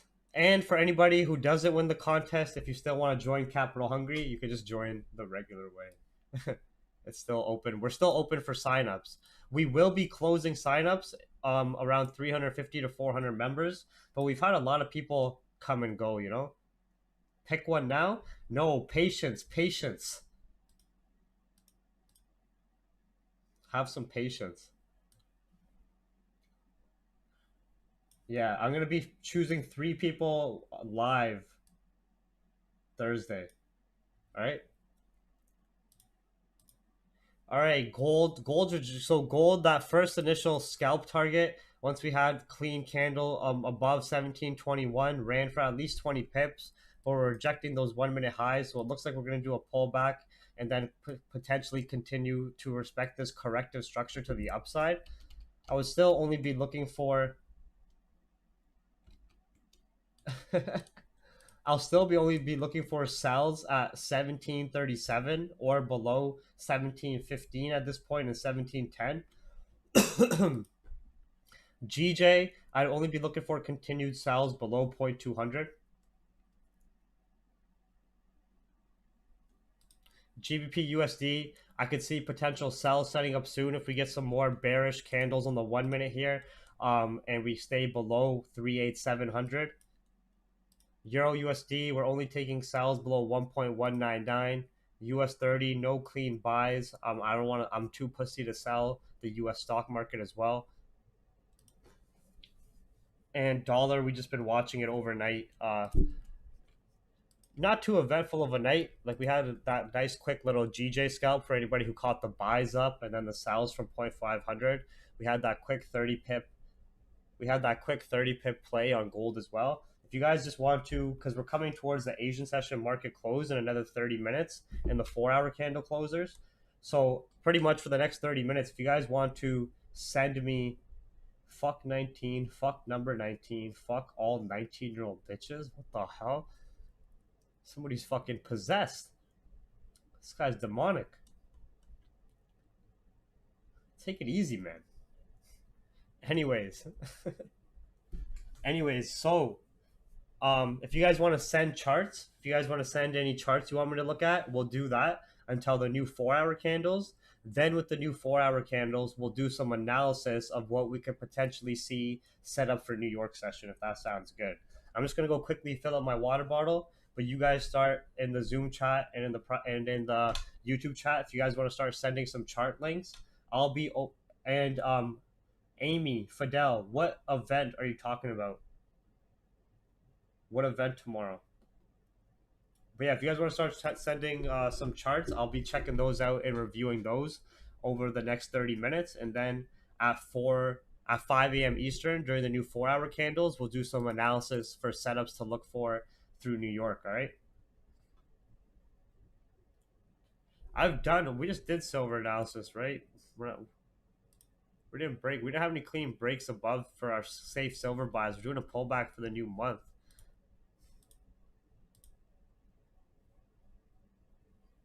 This EA structure is as fucking clean as it can fucking get. This EA structure since October 2020 has been just wow. Just like wow. You know what I mean? All I see right there is like I should start trading this pair. All I see right there is just money. I can't even see losses here. How would you take a loss on EA unless you're retarded?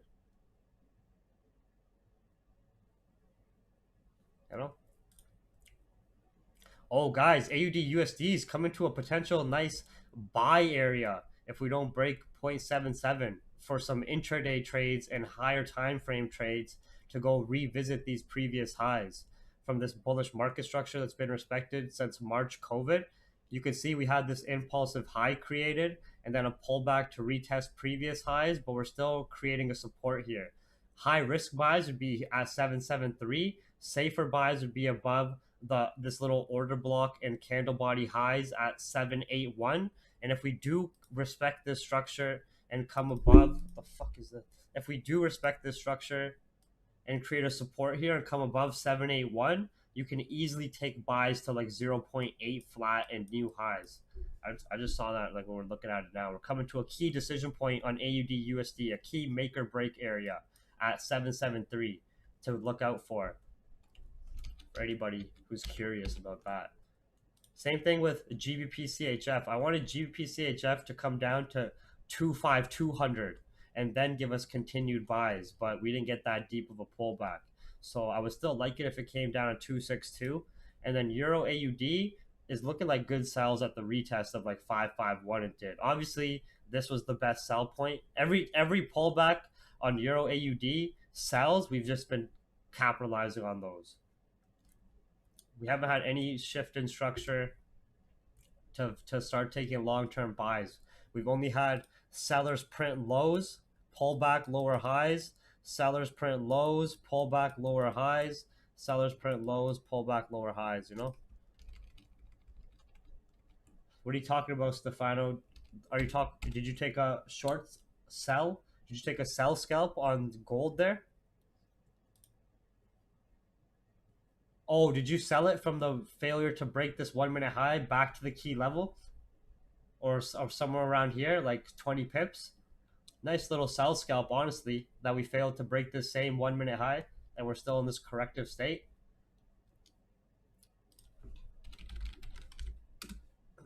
Yeah, I'm just going to go fill up my water bottle. But if you guys want to send charts, want me to look at any charts or analysis, now is the time. I have no stop loss on my silver miners. Fuck Google. You're a retard. Your name tells me you're a retard because you don't even like to use Google.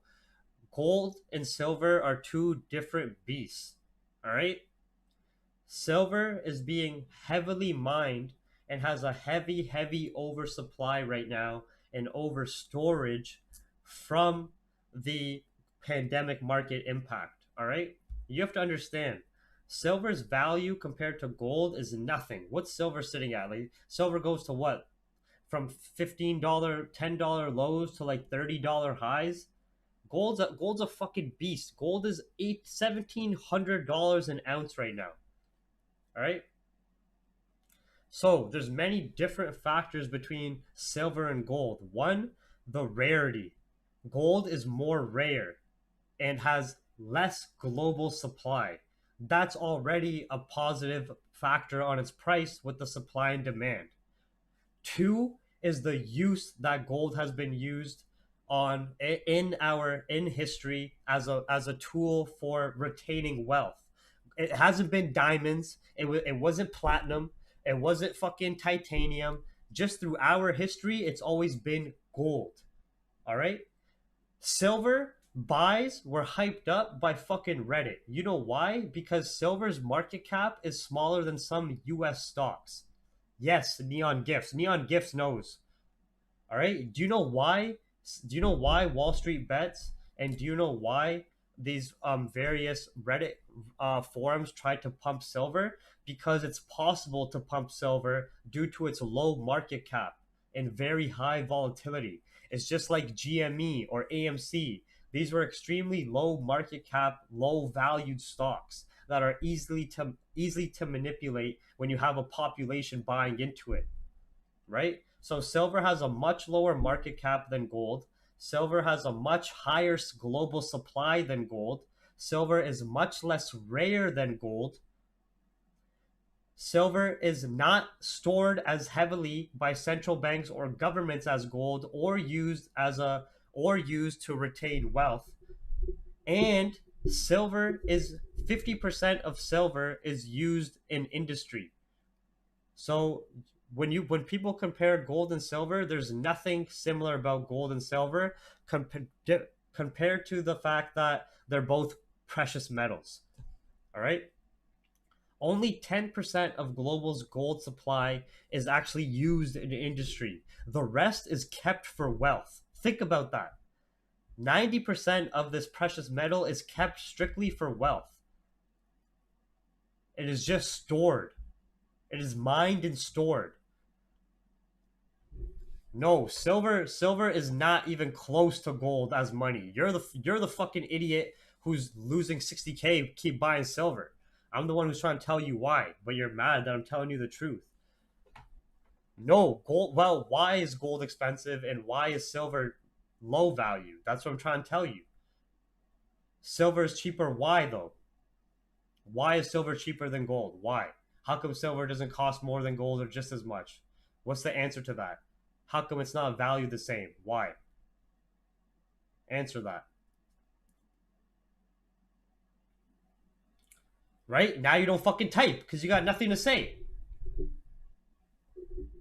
Our coins were made out of silver. We also have coins made out of fucking nickel, coins made out of fucking copper. That doesn't mean that that copper has value. We have currencies made out of paper that have been given a value.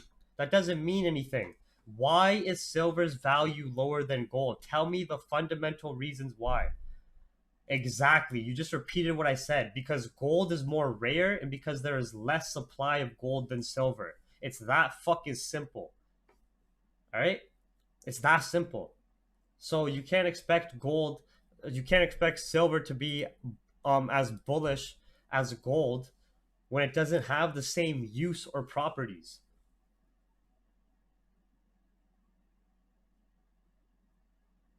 Silver is not a byproduct of gold. Silver has its own uses in industry.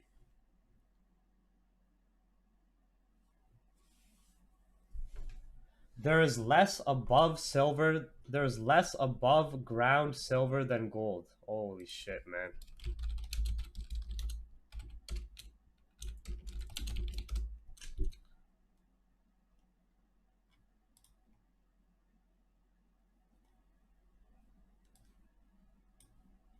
All right, bro. This guy doesn't want to listen to me, so let's just Google it. Goldandsilver.com. If you don't want to believe me, maybe you'll believe Jeff Clark, a senior analysis here.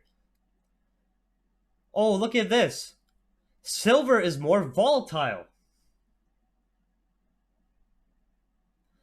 Gold's market cap or potential supply in value 12 times bigger. Look at silver's market supply and market cap compared to some stocks. What else we got here on this website?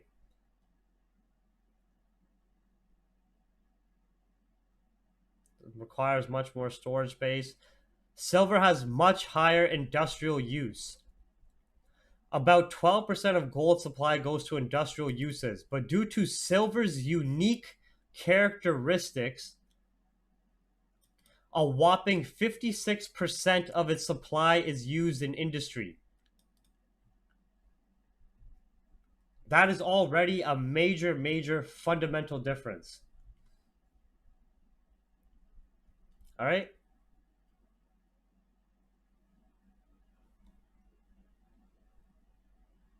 Nobody is stockpiling silver. Gold is being stockpiled by investors.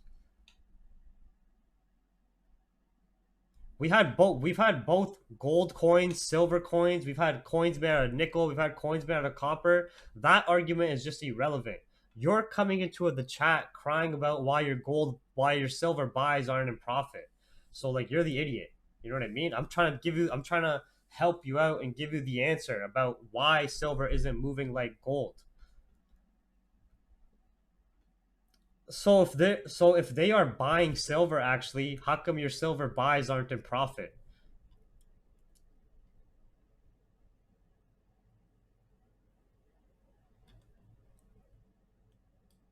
You just said bullion vaults sell silver and gold, but governments have only a very small stockpile of silver. Central banks buy and hold a lot of gold.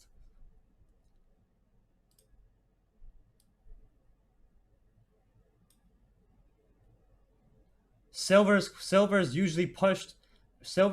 is usually impacted by its industrial use.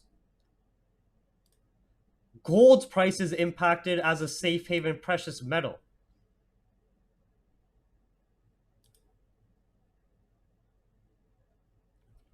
So I don't know why you're so angry, bro. Like you're the one. Yeah, why are you so mad? Like,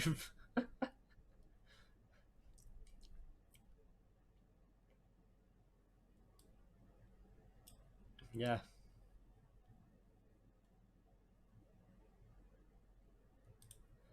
Damn, that 1721 fucking flat candle body support retest scalp though. Yeah, I don't know why you're so mad. Like you're the one who was saying, "Hey, why is silver so bearish?" You asked. You're the one who came in and said, "Hey guys, I'm $60,000 in the red on my silver buys. Any reason why? Can you give me some advice on silver?" And then you're mad that I called you a retard and told you the truth. You think silver is gonna move at like gold is. I told you all this. I told you that the market cap is small and it's easy to manipulate. I told you that it's lower value. Now you're the retard who's in $60,000 drawdown and silver buys. Yeah, bro. I don't know why you're so angry. Well, actually we know why you're angry.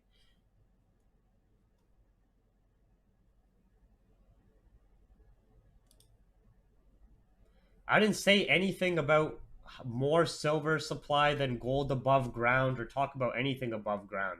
I just talked about why silver is less value than gold. That's it. You know what I mean? I didn't talk about anything about ground or mining or shit like that. I just talked about the uses of it and the fundamental differences between the two. Yo, anybody catch that 1721 retest support?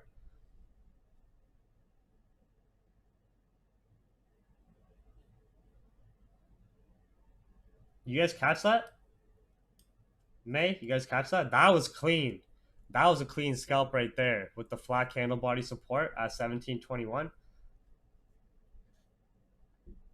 Yeah, let me know if you guys caught that. I was busy with this fucking retard.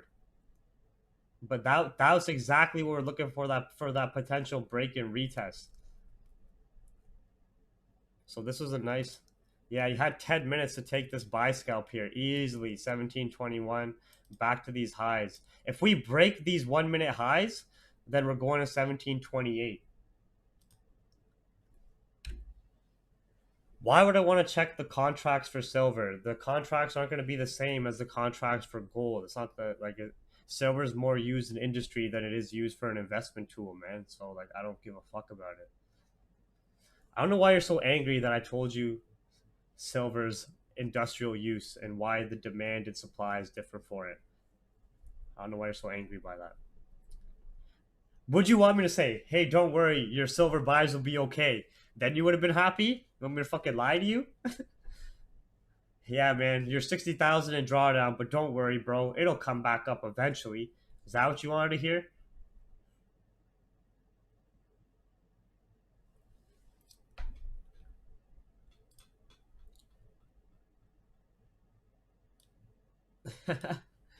Gold is looking good. Gold's looking good.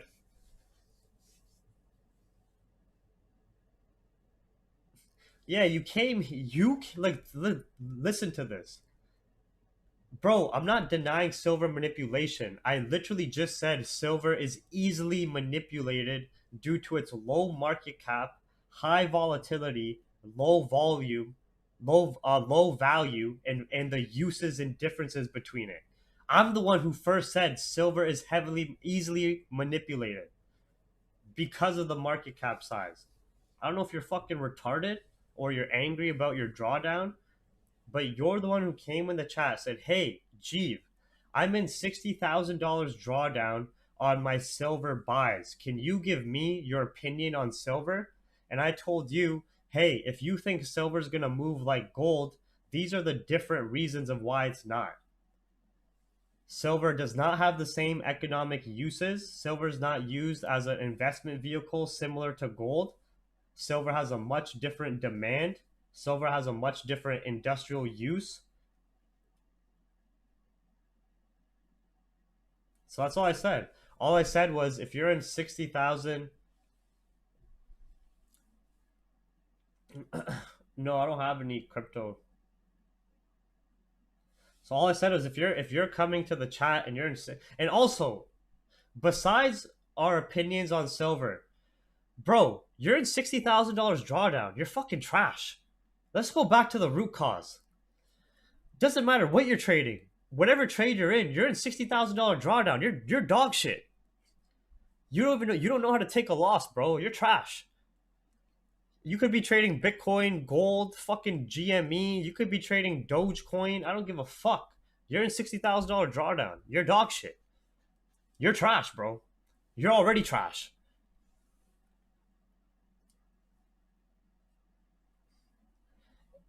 And why? And if I did own a Bitcoin, what? I don't understand. Like, what the fuck?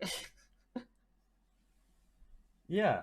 I was just trying to help you out about what your silver drawdown and the stress you're dealing with. But fam, nobody should be losing $60,000 on drawdown. You were complaining about it. Who the fuck's trying to lose 60K? Even a millionaire is not trying to lose that on a trade, on one trade. I think you guys are retarded.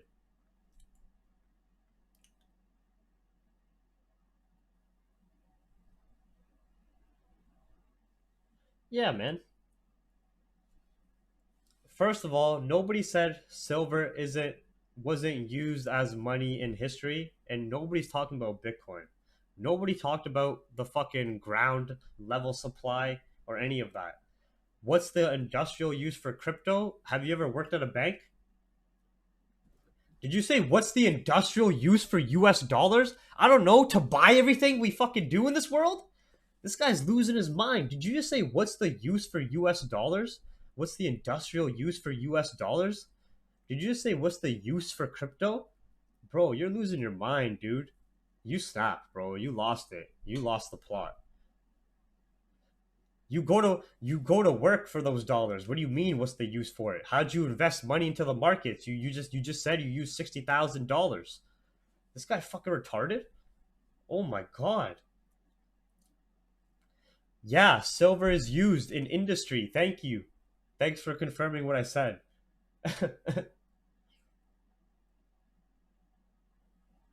Holy shit, dude. You guys are wild. But don't worry. We usually like ranting and doing this stuff towards the end of the stream anyways. Yeah, people so fucking weird out there.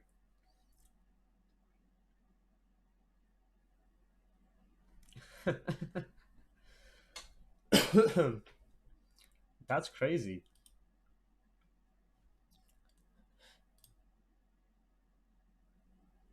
So my bad for investing in money with trillions printed every year. Yeah. 40% of all currency last year. Yeah, but you can't fight the central banks. They control the money. So like you're trying to fight the guys that control your money. You know what I mean? So like you're fighting a battle you're never going to win. Yeah, you are crazy. You're crazy for going against the guys that can print $8 trillion. Yes. Correct. You are crazy. Yes. You're crazy for going against them and buying silver. That's why you're $60,000 in drawdown. Thank you. Correct. Thank you for being self-aware. I know you're being sarcastic, but that is the truth. I would never go against the people that can control the currency and control the printing of the dollars. You know what I mean? I wouldn't bet against them with my zero buying power. You know what I mean? But if you want to bet against them because you think you know some secret, that's your choice. Where that leads you, $60,000 drawdown.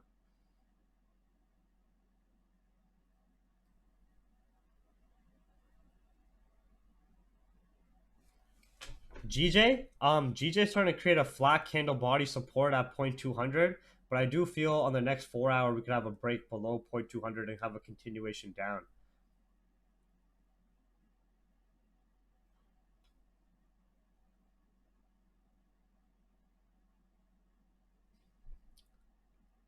Silver took a bad dip. Ask him where he is in at.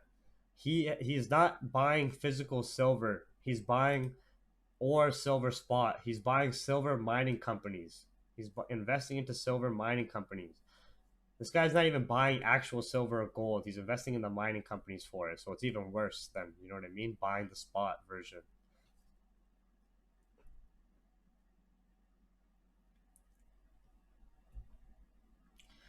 Yo, I don't know if you noticed, fuck Google, just to counteract your argument here from a fundamental perspective. We had a year where there wasn't any silver or gold delivery. You know that, right?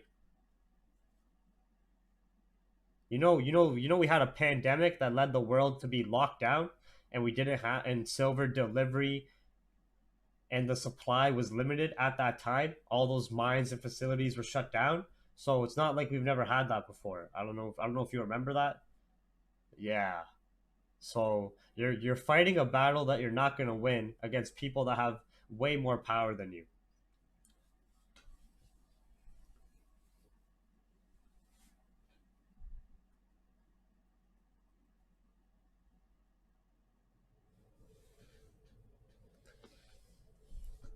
I said you're telling me this guy's so stupid.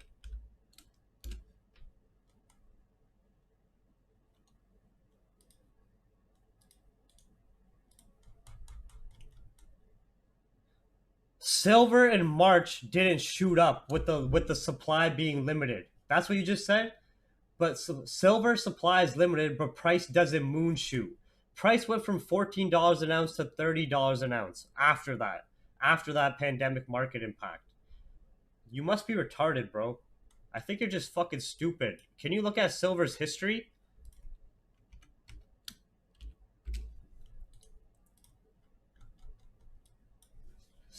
Silver's historical lows are $8 an ounce, $11 an ounce. The highest it's ever been is $40 an ounce. We're talking about silver, bro. This is the value of silver. You're telling me You just said, how come the price of silver, if the supply was limited, didn't go up? That's what you just said. Let's look at this. Let's look at this. Let's look at this. What's this say? Oh my god. Oh my god. The supply is limited, but the price doesn't moonshoot?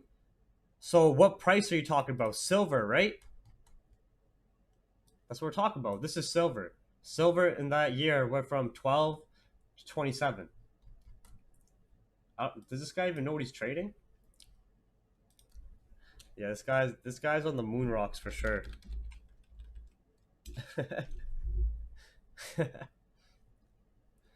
Yeah, this guy's got some fucking crazy thinking.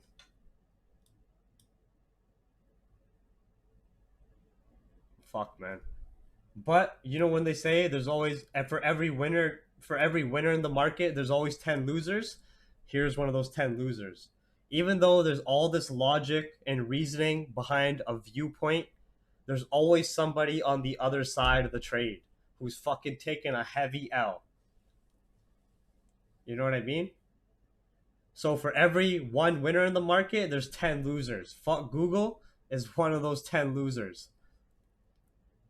Every time you're thinking everything's looking good, there's some retard who sees something exactly the wrong way, who's losing on the other end, right?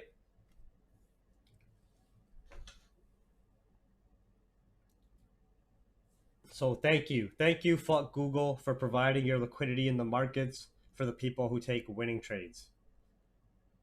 Everybody, W in the chat for fuck Google's donated liquidity to the market. Thank you for your donation to the market. Everybody, thank him for his donation to the market. We appreciate your donation. We'll be collecting that.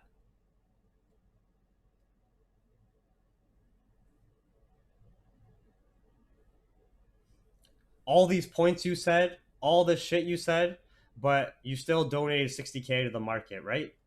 Whether it means a lot to you, you still made that generous donation to the markets and they swallowed it up. So without you, there is no us. Without that loser on the other side, there's no winner. you guys, that was a lot of W's. Wow. All right, let's see what's going on with the markets here, guys, as we're coming towards the 4-hour candles.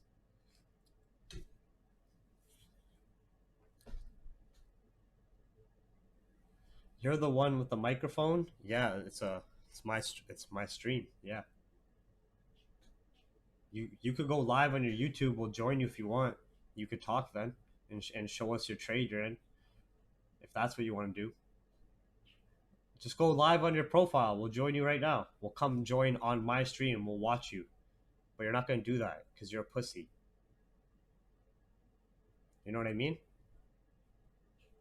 You could easily go to your profile right now and click go live, and then we could join you and you could talk and explain everything you want about silver. But you're not going to do that because you're a big pussy.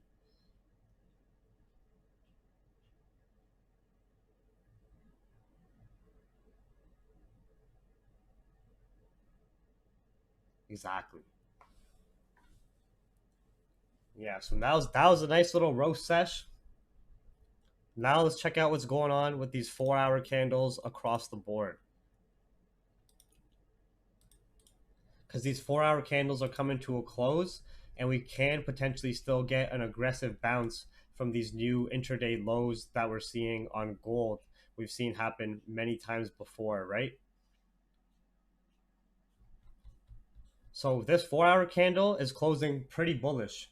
What we're also seeing with this 4-hour candle is that we also have the potential to correct the previous 4-hour period as well after validating that support at 1710, and we're still respecting that lower time frame corrective bullish market structure we're watching, right? So what I want to look for the next 4-hour candle when this one closes is if it pushes down first for pre-New York hours and grabs liquidity and retests that lower time frame structure we're looking at, then we're still going to be in that corrective bullish bias, right? So if the next 4-hour, even if it comes down to 1721 again, just to make that lower wick, we're still going to be in that bullish bias with buys extended up to 1734, 1737. All right. So we're looking like we're still having a pretty significant bounce. We had this seller's exhaustion at these lows, buyers jump in the market. This lower time frame corrective market structure is still holding. So pretty much in the next few minutes, even if we push up and then come down for the 4 hour candle, I'm still looking to play this corrective bullish market structure till we retest that higher time frame bear structure, and then watch accordingly there. Remember to watch the gold analysis I did at the start of the stream when we were talking about the corrective versus impulsive moves, because we still have that short term US dollar strength as well, right?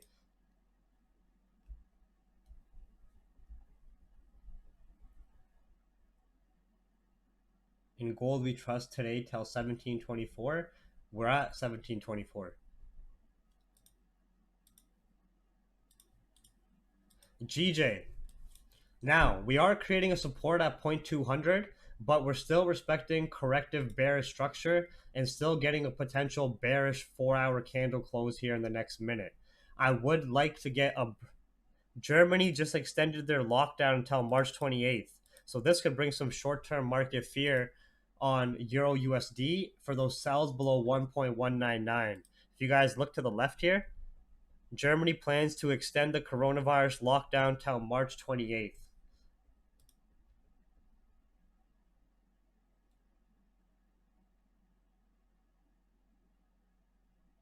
But anyways, for GJ, we're still respecting this corrective bearish structure after peaking these highs at 150.5. We still have the potential that as long as we maintain this bearish market structure and break below 0.200, that we will get a deeper push down. We also have the Euro CPI in 40 seconds. Let's just watch that quickly.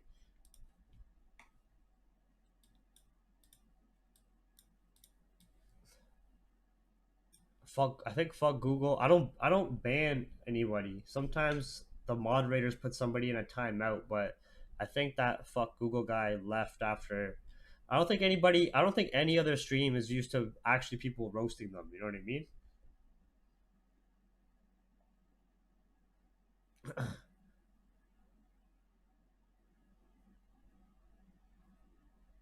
All right, let's see how this Euro CPI was. The unemployment data was pretty trash.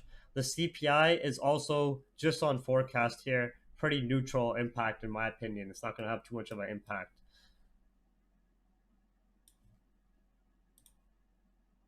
But we do have Germany potentially going into a. So Germany plans to extend coronavirus lockdown until March 28th. Germany plans to allow some private gatherings from March 8th. So it does look like Germany is going to be going into a lockdown until the end of March, which can bring some economic uncertainty to the Eurozone, which can help our potential bias of sells below 1.199 if we come below there. All right. But anyways, now we have the new 4 hour candles opening up. I like how this candle still closed bearish. I would like an upper wick created, still respecting this corrective bearish market structure, and then breaking below 0.200 and continuing our ways down to 147 and having a deeper pullback and pushing price down to a better demand area. I would only be looking for buys if we were to come and validate the support at 0.200, then come and break above 0.500 and shift out of that market structure we're watching on the lower time frame overnight. So yes, we're getting a support created on the lower time frame at 148.2, but we're still in bearish lower time frame structure with impulsive lows being created. So unless we break this bearish structure, I'm still assuming this is sell side liquidity, and once we clear 0.200 after that 4 hour wick is created, we'll come down to like 148, 147.8, right? I would only be looking for buys through New York session if we could validate the support, then break above 148.500 in that bearish market structure. Otherwise, that sell area still played out very well. Okay, that's just a epic pen. GU is going to be very similar idea. We don't have to really zoom out, but just to quickly look at it, same type of idea where we could have more of an aggressive pullback still to a better demand area, and we do have that short-term US dollar strength, but we're just sitting at the support where we want to clear below that to have some safer sells down if we have that US dollar strength overnight. So we're still respecting that bearish corrective structure, and that same trade idea is still very valid as long as we maintain this bearish market structure and we come below 38600. Continued sells are very valid. I would only be looking for buys with the same idea when we're looking at the lower time frame structure and the buyers and sellers strength of creating a support and then breaking and retesting above the bearish structure and above these 1 minute high rejection points we were watching overnight.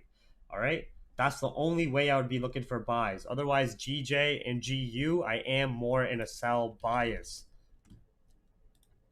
Gold, anybody still holding your 1721 gold buys for that second target of potentially 28 we're slowly going to. So these 1721 buys almost ran for 50 pips if you guys still held this. This was the cleanest buy here. This little order block and support after this breakout and retest. This was just the breakout scalp entry, but this was the cleaner retest and support created there for the buys up. Anywhere from 20 to 50 pips depending where you closed. If you don't have any entries, just wait for the pullbacks then, because the 4 hour candle could still potentially pull back and then continue back up. My account is less than 24 hours, so I can't stream on YouTube. So you had to make a fake account to even come talk to me. Crazy, right? You don't have the balls to use your name, to use your real identity. You had to make this fake account just to come talk on the stream.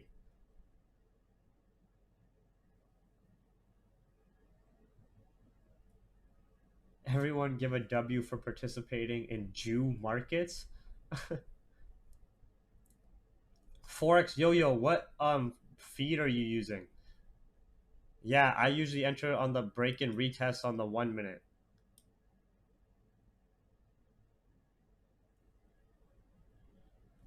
The hell are you talking about, bro? Who's this guy? This guy's one of the most angry people I've ever fucking seen.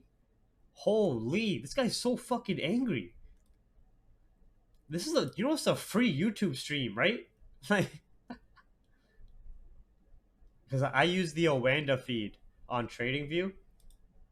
I use the Owanda feed. Euro USD, same idea. What I do like about this 4 hour candle is how it doesn't have much of a lower wick and it's already pushing up to grab liquidity first. You know what I mean? This guy just keeps saying very weird, angry shit like imagine loving Google. Who was even talking about that, bro? What do you like? Are you schizophrenic or some shit? Like, do you keep coming back with a different personality? Who the fuck is this now we're talking to? Imagine loving tech monopolies, LMFAO, I'm dying. Who's this guy talking to right now? Yo, this guy's a fucking schizophrenic, I think. Who's talking about tech companies? What the hell? This guy needs to take his medication. What the fuck? When we talk about tech companies or Google? This guy's like, fuck the system, bro. They're on to us, man. They're on to us, man. I'm all for conspiracy theories and I'm all for having discussions, but like, bro, you're talking about shit that nobody's instigating or talking about. Like, what are you talking about? The fuck you talking about big tech companies? Nobody's even talking about that. All right. So what I would like for EU guys is like as long as this new 4 hour candle just creates that upper wick and fails to break these highs, I would like to come below and take those sells from 1.199. All right. Yeah, this guy keeps ranting and raving to himself, but like towards all of us. He's talking about like big tech companies. He's talking about like JP Morgan silver manipulation. He's talking about fuck yeah, you weren't there, man, when the system was on top of us. You weren't there, man. This guy's talking about fucking a lot of shit that is sort of creeping me out at this point that he might have a mental illness. Because he just made a fake YouTube account to even talk about these things today. You know, it's a little bit creepy. Yeah.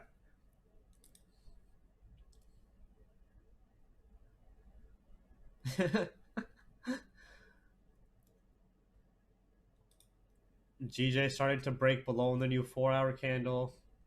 GBP USD as well.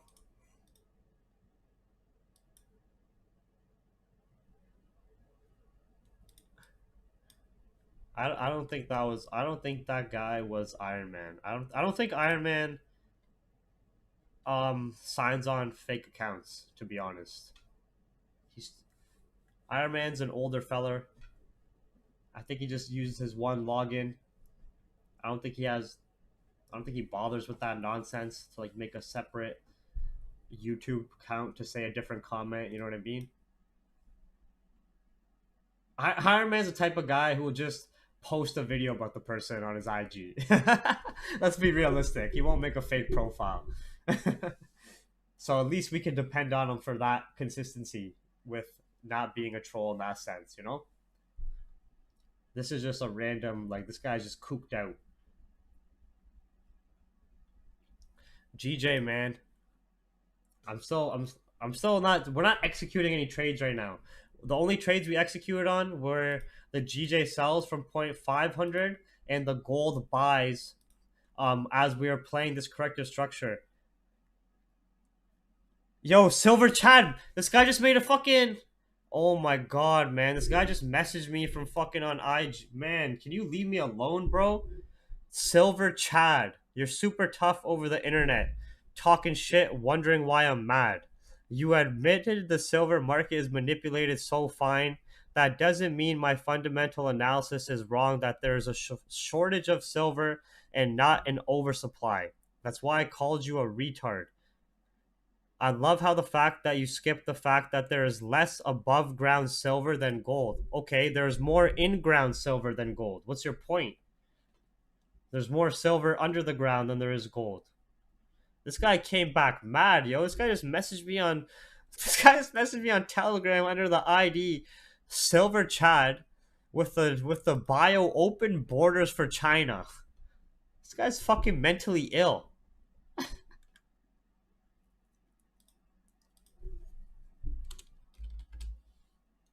I'm just gonna send this guy a okay, and then yeah, that's probably gonna fucking make him extremely angry. Just that okay there. Oh man, I don't know what the fuck's wrong with this guy. Holy bro, take it easy. We don't even trade silver. None of us even fucking trade silver. We don't give a shit. Man took that okay and Reddit has nothing to say now. Oh my god, yo, this is fucking hilarious. This guy's not even like a mentor or anything. This guy's just angry that I said like, bro, why are you accepting 60k drawdown in silver?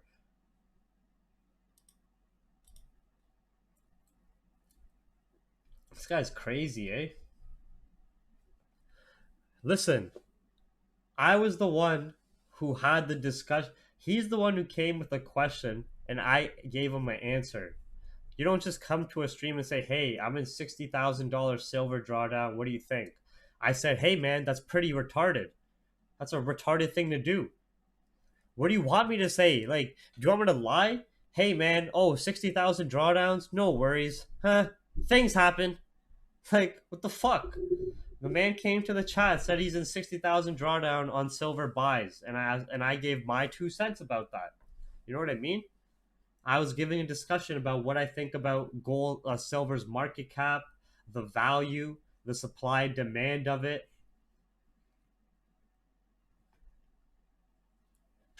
That's a good idea.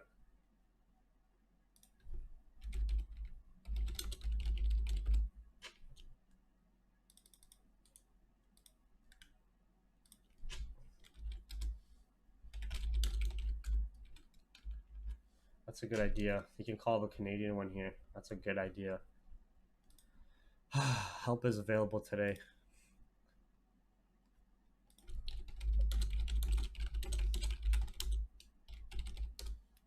I'll just tell him to. He can call them and talk about silver and like you know what I mean. Anything he wants, all he wants, you know.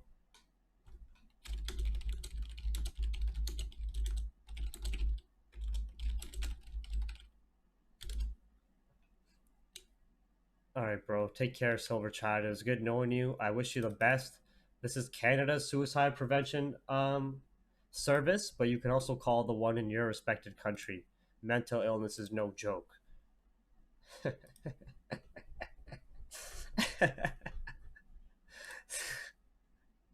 This guy sent us. This guy sent his silver bars, bro. Holy, nobody cares. I don't know you, Brad. I don't know you exist.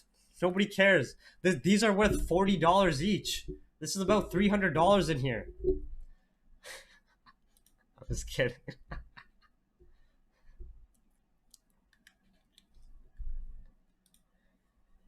Oh man.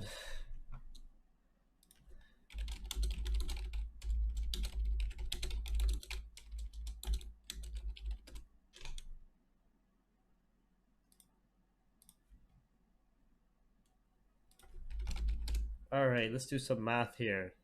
35 times 30 is $1,000. What do you got here? 1 kilo, 2 kilos. Nice, bro. You got about $2,000 sitting here. Very nice, bro. You have this big ass fucking case of silver, and it's $2,000. You know what I mean? You want to see something? You want to see something interesting? This big ass case of silver you got. What is that? $2,000, $3,000? That's crazy, right? That's crazy. Oh wow, gold buy. That just doubled your silver supplies value. Fucking insane, right? One gold buy that took me about 5 minutes.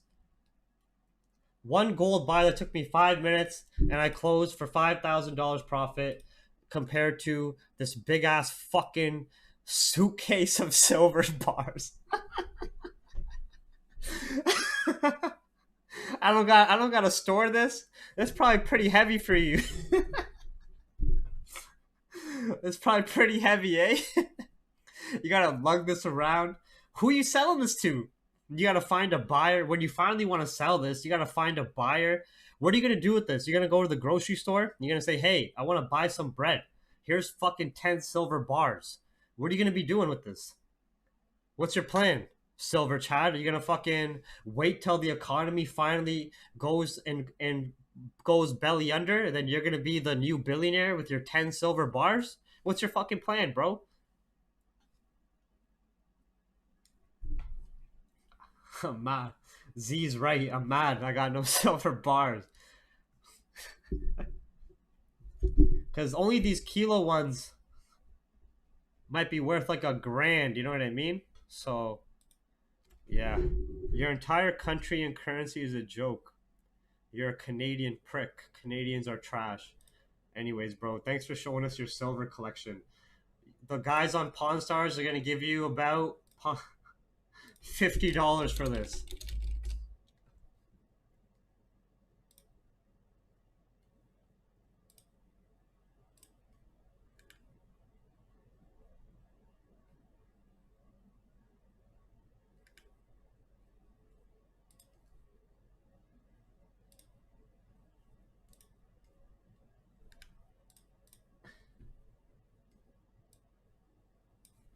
You're coming with this. You're about to go to the store, and the man's gonna. You're about to say, "Hey, bro, give me 10K for this," and the Pawn Star guy's gonna be like, "Listen, buddy, for all these silver bars, I'll give you about $40. All right."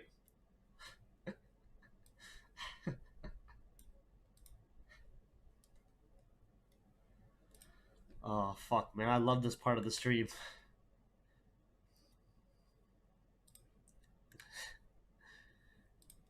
Holy!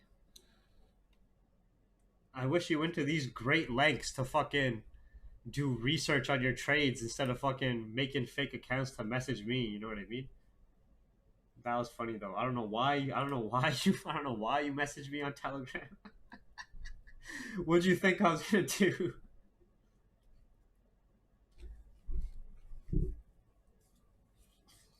Sorry, I don't trade SG Singapore dollar against the ZAR. That's far too exotic for me. All right, guys. Gabriel, send to the chart. Oh, sorry.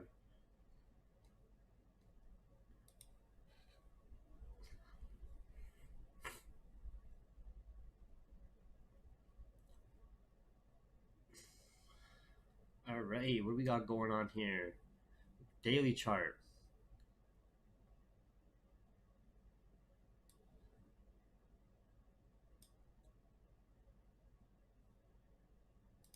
Okay, what is this? So here, the one thing I don't like about this pair is that it's a safe haven currency against a safe haven currency. All right, so it can get a bit messy. Um, why are you looking at this area for a pullback? What do you like? What constitutes this specific area as a high volume area? Why not here? Why not like all the way back here again? Just curious, you know what I mean? I just want to see like your thinking behind it. Sorry about that white flash.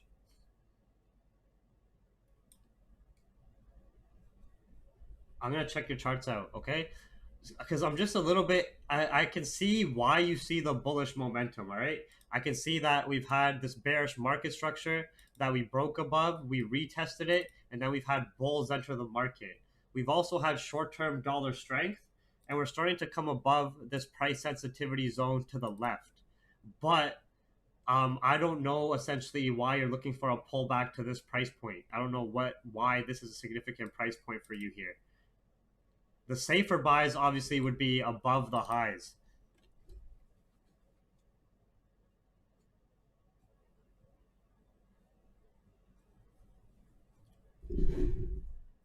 I don't trade Singapore dollar against the African South African.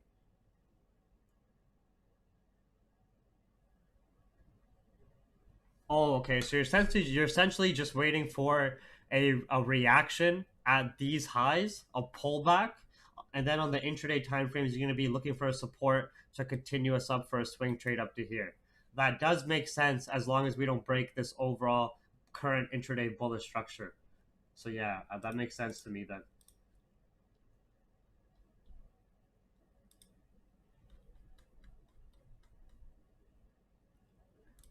USD CAD. Okay, so USD CAD, what I do like about the US dollar against the Canadian dollar is we're still having lows printed by sellers. And the dollar, even though it's having a aggressive pullback, it's still very bearish overall, the US dollar. So we're still respecting this higher time frame structure. These sells would make sense. But with what you're looking to target, you would have to put your stop above this candle high, so your stop loss range would essentially be this, and then your TP range would essentially be this for a larger intraday higher time frame trade. I would need some more signs of exhaustion here, because what I don't like is how impulsive these last few bullish candles were. You know what I mean? These are some. It's not like we had this weak bullish price action, small bullish candles, then strong impulsive bears, and then a sell off down, right? Here we've had some very strong bullish upside so far, a 50% correction, and then an upside move so far. So I would need to see some more bearish candles and exhaust. What are you talking about? EA? Those EA sells we were talking about here, are they still continuing down? Oh yeah, this was nice, eh? At that level. That's not bad. Yeah. So I do like this. And obviously, what you're looking for safe buys long term makes sense as well. The break of structure and confirming more buyers' pressure on the US dollar standalone. Our global stock markets are still looking pretty bullish. Remember that US 30 buy idea above 31,500 is still valid. It looks like we just created, like we didn't have that clean of a break of this bullish structure, and we could still have this liquidity zone with a breakout to the upside. UCAD had a nice sell from the retest of the key level. Euro USD also coming to a key decision point for the new 4-hour pullback, as well as GJ having that bounce off 0.200. Gold, anybody still holding their gold buys? Gold buys ran the cleanest. 1721 support, 60 pips now to the 1728 target we were looking at. Anybody still holding your gold buys?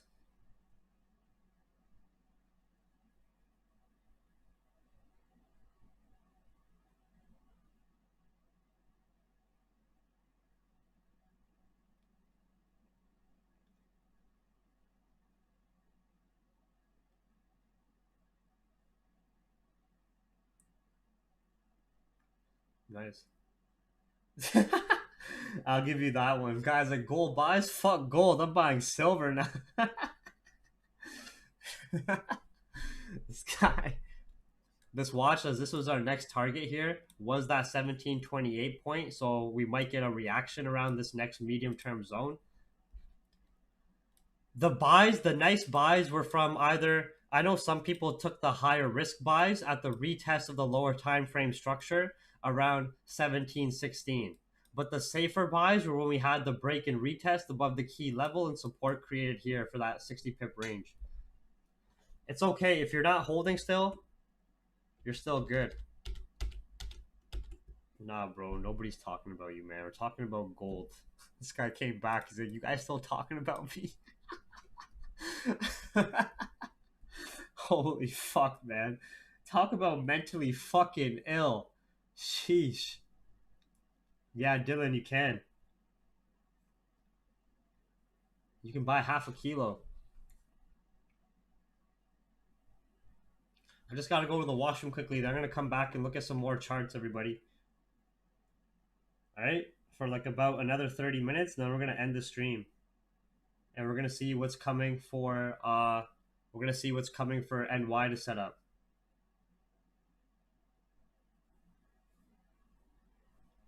Henry, what do you mean? I'll answer that question when I come back, but what do you mean crack? Like crash, you mean? Or have a heavy drop again? That's not manipulated by the central banks?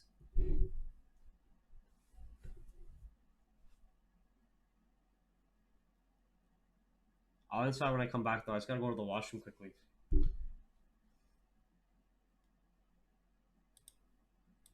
No, we're done with the silver guy. He got his 5 minutes of fame, you know?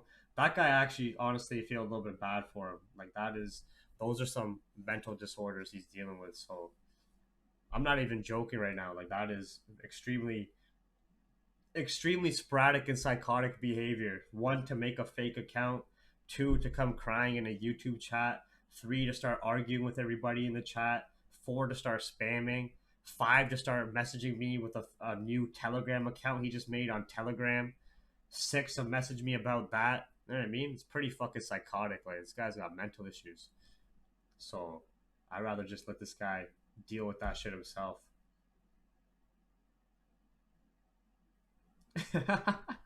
I'll be back in a second.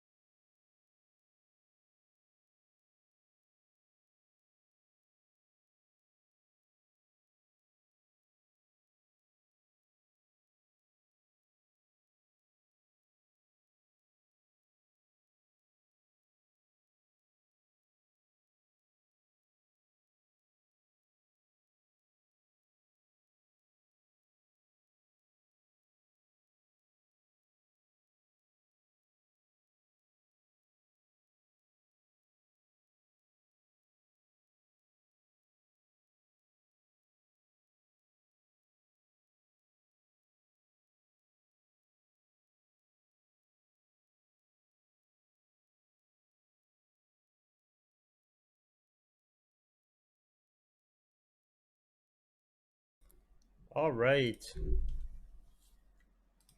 All right. Coming towards 6 a.m. shortly. See some of these headlines we had going on. Gold tapped our 1728 target for those intraday buys from 1721 up.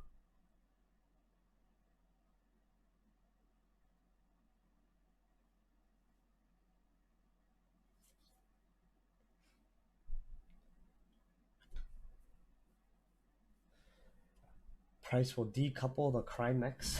I don't know what the fuck you're talking about. You guys are still talking about silver, eh? Holy.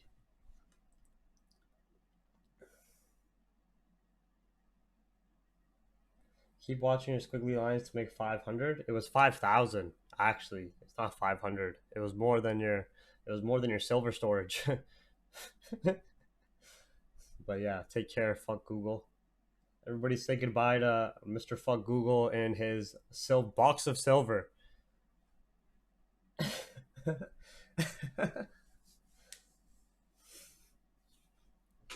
Yeah, we're gonna be wrapping up this stream shortly. It's been a few hours now.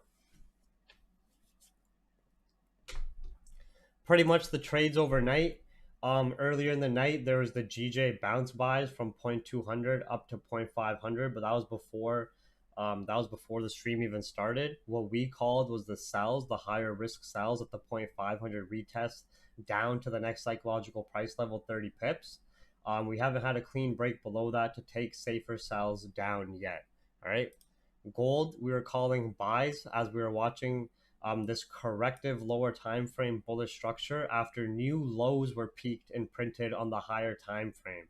Usually, when gold prints these very new intraday and higher time frame lows, there's a higher probability that those sellers are going to exit positions, buyers jump in, and you get a pretty aggressive bounce from these lows.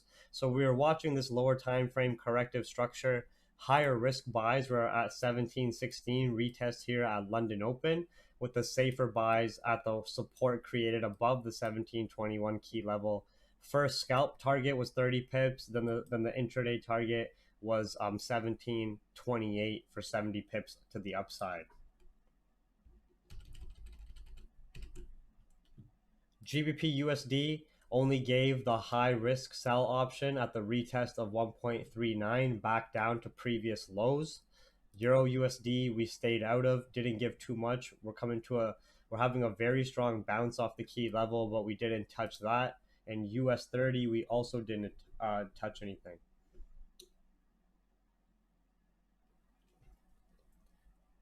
We can see that global equity markets across the board are still quite bullish when we're looking at German markets, Asian markets overnight as well.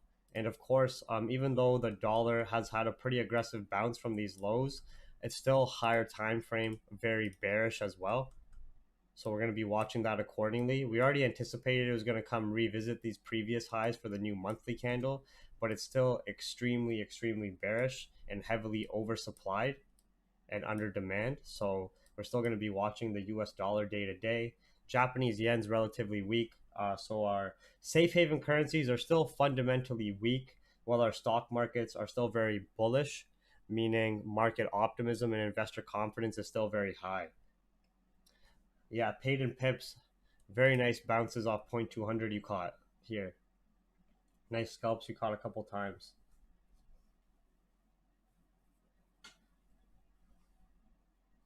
500. If somebody makes $500 in a night trading and you make fun of them, you're the retard. I was just telling him. I was just telling him that I didn't make 500. I made 5,000. You got to be extremely ungrateful to make $500 in a night and think it's not shit. That's fucking a lot of money in one night, in a couple of trades possibly, or in one trade setup. That's fucking really good money. You know how many people go to work for 8 hours a day to maybe make like fucking what, $100, $200 for a full shift at work? So those aren't. I would not say any type of profit is rookie numbers or rookie profit. Obviously, as you're growing, you want to, and as you increase your experience and you grow your capital, you want to eventually start earning more too. But any profit is good profit that you're getting from the markets. Even if you get $5, if you get $50, if you get $500, if you get $5,000, right?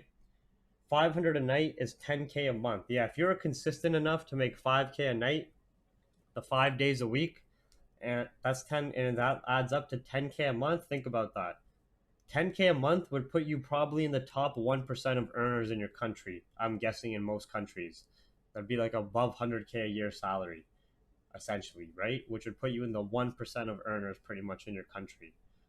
Most people don't even earn 30 to 40K a year.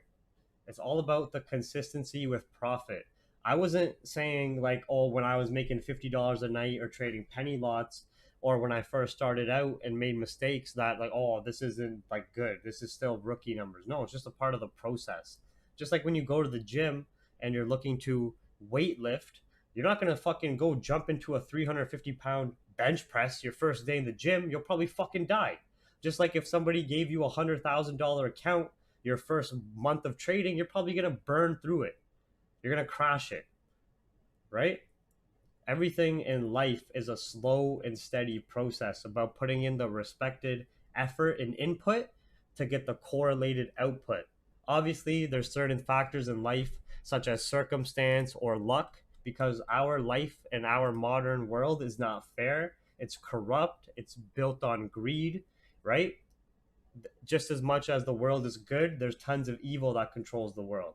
So it's not like you can always work your ass off and you're going to get the rewards for it. Some people have to work a lot harder than others. Some people have a lot longer of a path than others, but it is possible for anybody, right?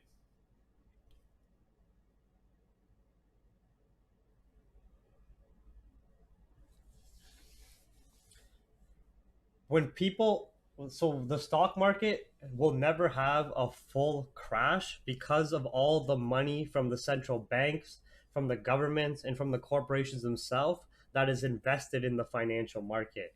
We've had heavy corrections in the stock market on the higher time frame with a fundamental catalyst, whether it was the pandemic or it was the '08 financial crash with that was due to like the mortgage-backed securities ripple effect. But the stock market is essentially the value of all these various companies within that country. So if you had the stock market essentially go to zero, flat out crash zero, all those values of those individual stocks are essentially gone. It's valueless, right? So what happens when all those stocks for each of those companies has no more value? It's going to be a ripple effect where the business goes bankrupt, the employment gets hit, et cetera, right? Everybody loses money. The business themselves would go bankrupt and fade out. It would lead to a massive hit on employment, inflation, spending, everything, right? So that is why no matter what, you've never actually seen a full stock market crash. You've seen heavy corrections that still don't break overall structure and then continuations to the upside. Yeah, gold's still moving nice for anybody who's still holding. It looks like we might go to our peaked retest area, 1737, 1738. Exactly. So think about if that crashed, 8.3 trillion gone.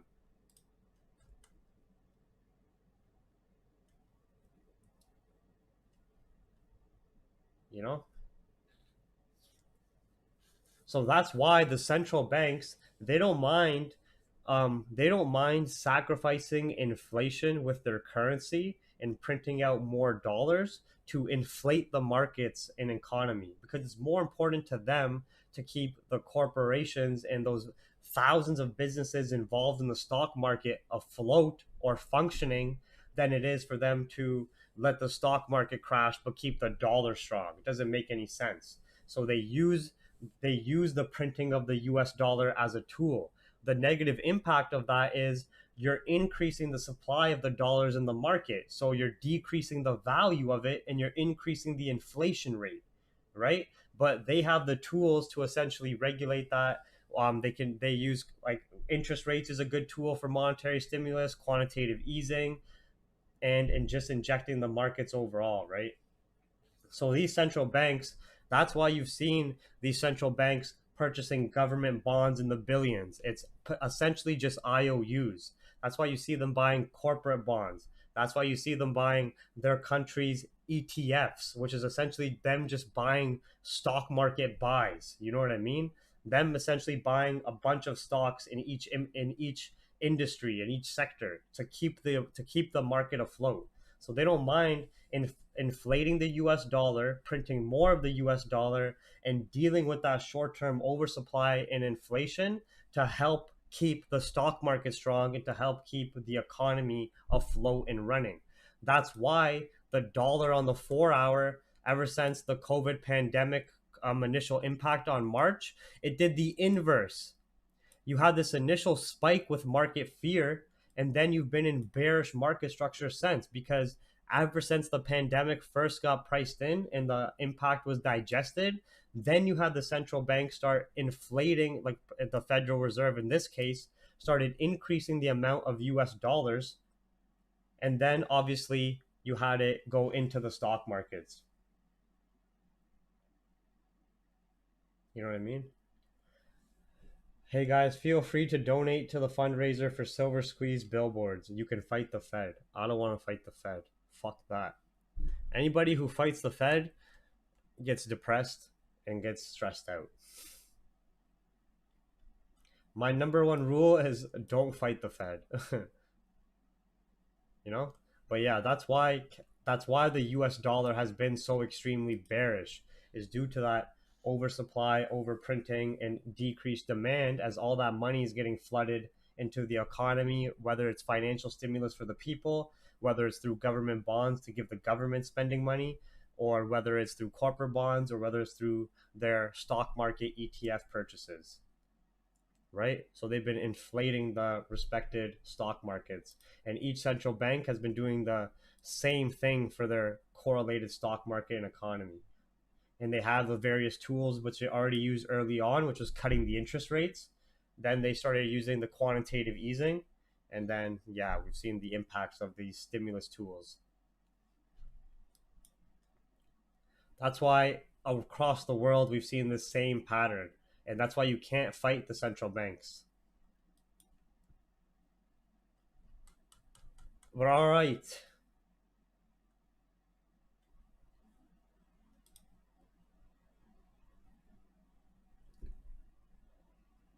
I don't think hyperinflation will impact the U.S. as it's done other countries, like what's a country that inflation's fucked that people like fucking Zimbabwe.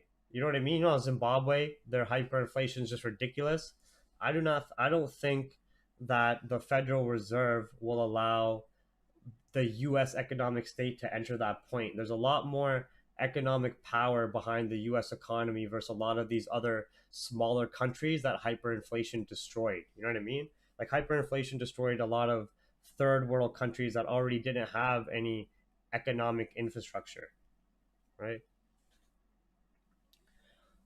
I understand what this silver guy, like, I understand his argument. He's talking about how the US dollar is essentially valueless, how it's heavily overly printed, how hyperinflation is going to kick in, how at the core, when this does happen and the dollar has no value, you'll go back to a world run by silver and gold. Like, I get it. I get the premise, but it's just not like you're just trying to fight the feds, and it's a really long-term battle you're trying to enter. You know what I mean? And you're coming to a stream with this long-term battle to people who are intraday trading or scalp trading. So that's what created so much conflict and interest, is you're talking about some silver investments for potential economic crash. That's what you're talking about. You're talking about if hyperinflation kicks into you're talking about if hyperinflation kicks into the US and the US dollar no longer has value, and you go back to trading gold and silver coins, and then you're going to be the fucking hero in those times with your big fucking suitcase of silver bars. But like that's a long battle to fucking that's a long battle to fight. You know what I mean? And it's just really stupid when you're talking to day traders about this long-term silver investment. when we're trying to make money day trading. You know,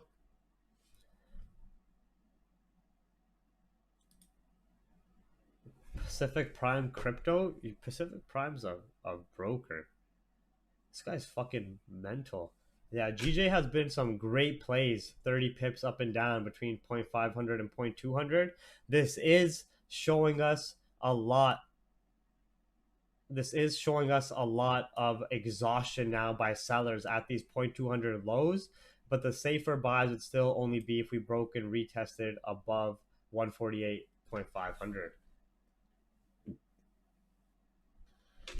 But this is, I do like the exhaustion this is starting to show us at these 0.200 lows. Gold, still following our corrective. That gold corrective call was beauty, eh? That gold is going to enter this corrective state overnight. That was beauty. That was a beauty call. What do you guys think? No? You guys didn't like that?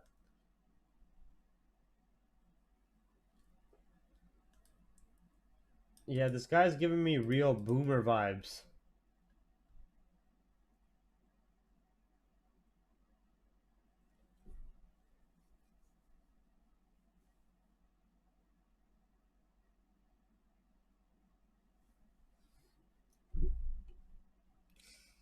Oh, you set the chart? Sure, let's check this out.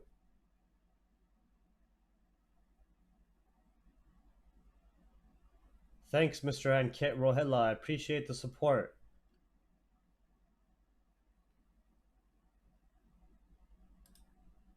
They cannot manipulate. Okay, they cannot manipulate the price forever, but they have been manipulating it so far forever, eh? Up to this point.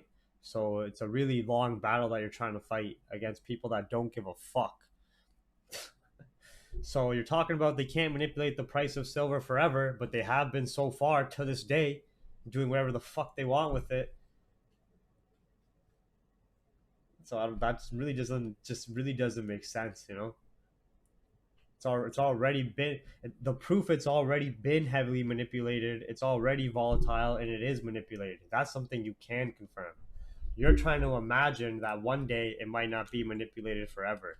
I don't like trading based on imagination. I like trading based on what I know, what's going on.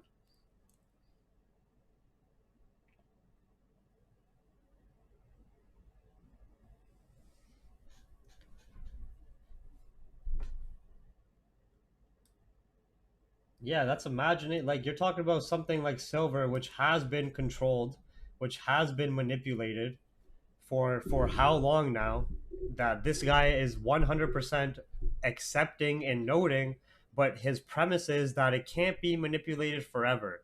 So one, when is forever? That could literally be fucking till you're dead. And two, that's based on imagination. It's based on you hoping that one day it won't be manipulated, and then it's going to go in the favor to best benefit you. This is all based on hope. A lot of hope. I know it sucks to hear these things, but like it's the truth. To be honest, if you really deduct what you're saying, you're trading based on hope. You're even confirming. You've even confirmed that silver is volatile. You've confirmed it has a low market cap. You confirmed that it's heavily manipulated. You were talking about how J.P. Morgan's manipulating and all this stuff, right?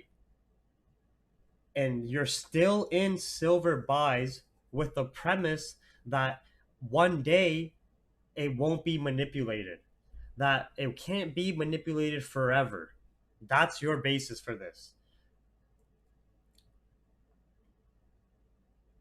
You know what I mean? It's just the truth. Like, I'm just trying to tell you the truth because it seems like you're trying to marry something that just does not make sense, but you've grown an attachment to this. And it's clear to see the attachment because you're buying fucking silver bars and showing me your and you're feeling the need to tell the public about this. You're feeling the need to tell strangers about this. You're feeling the need to show me your fucking silver storage, bro. You literally sent me a picture. It's fucking oh. You literally sent me a picture of your silver storage. You know what I mean? It seems like you have a real strong attachment to silver with the hope and imagination that one day it won't be manipulated and one day it will rule as a supreme currency with value. So it's a lot of hope, it's a lot of imagination, and the fucked up part is that you understand that all the volatility, all the manipulation around it. You understand that it has been manipulated through history up until this point, but you're hoping and imagining that one day it won't be manipulated. That's crazy, you know? Renko, I'll talk about whatever I want to talk about on my streams, you bum. If I want to talk about silver for 2 hours, I'll do that. If I want to talk about Bitcoin for 4 hours, I'll do that. If I want to go do analysis on various pairs, I'll do that. If I want to troll somebody, if I want to roast somebody, if I want to joke around, if I want to stay quiet, I'll do whatever I please. I'm the one who's doing the YouTube stream for free. It's not like you're not paying to be here. You're just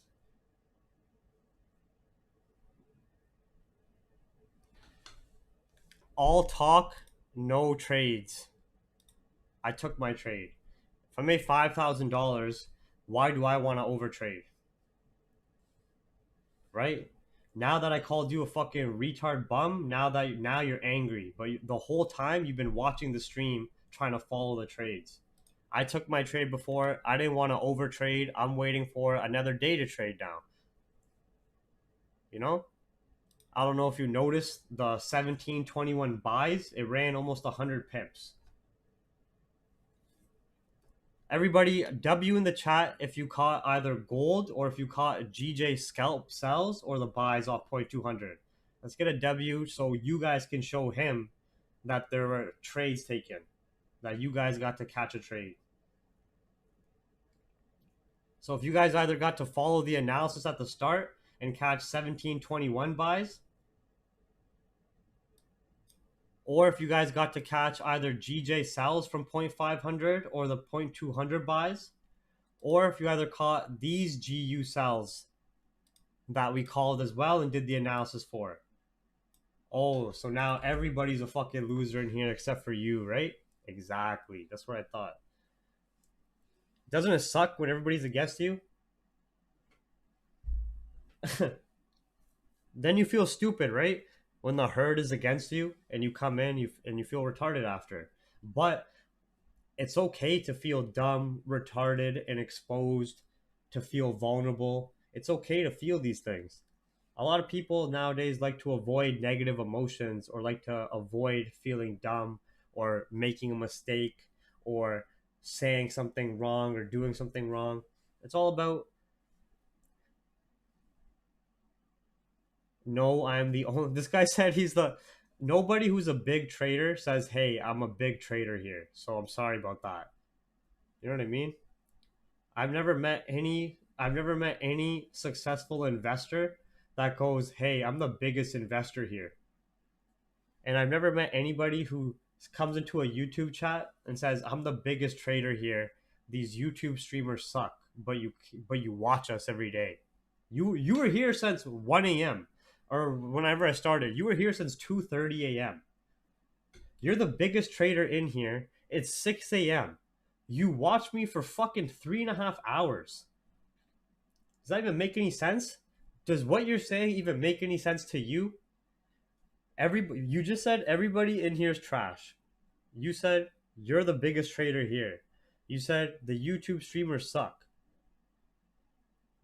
Can you please take a second to review what you just said? Then you come to watch the streams for hours? Do something better with your time then. Right? If you're this successful, if you're this rich, how are you this bored?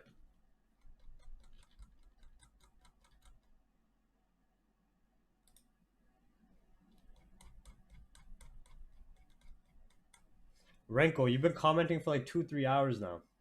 I've already saw you commenting with the silver guy before. Nobody just replied to you. I just gave you the time of day now. You know what I mean? Yeah, everybody knows you've been here since the start. You just got bodied. Now you feel stupid. Now you're getting put on the spot.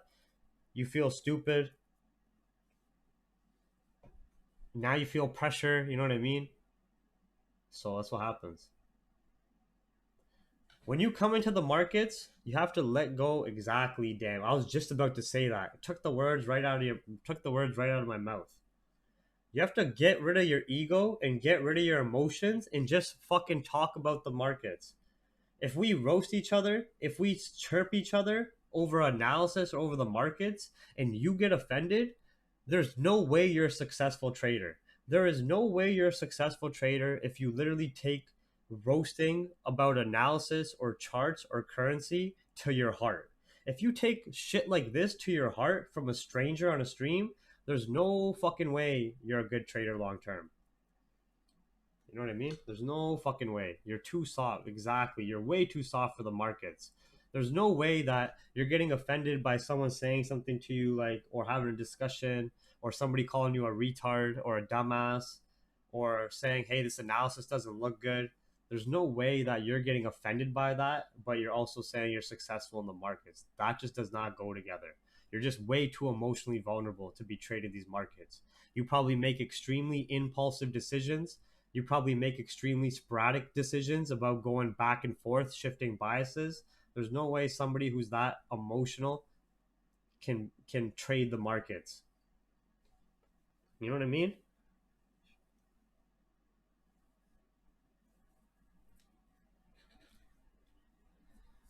Hey Renko, we're all bored here. If you want to show us your trades, send us something.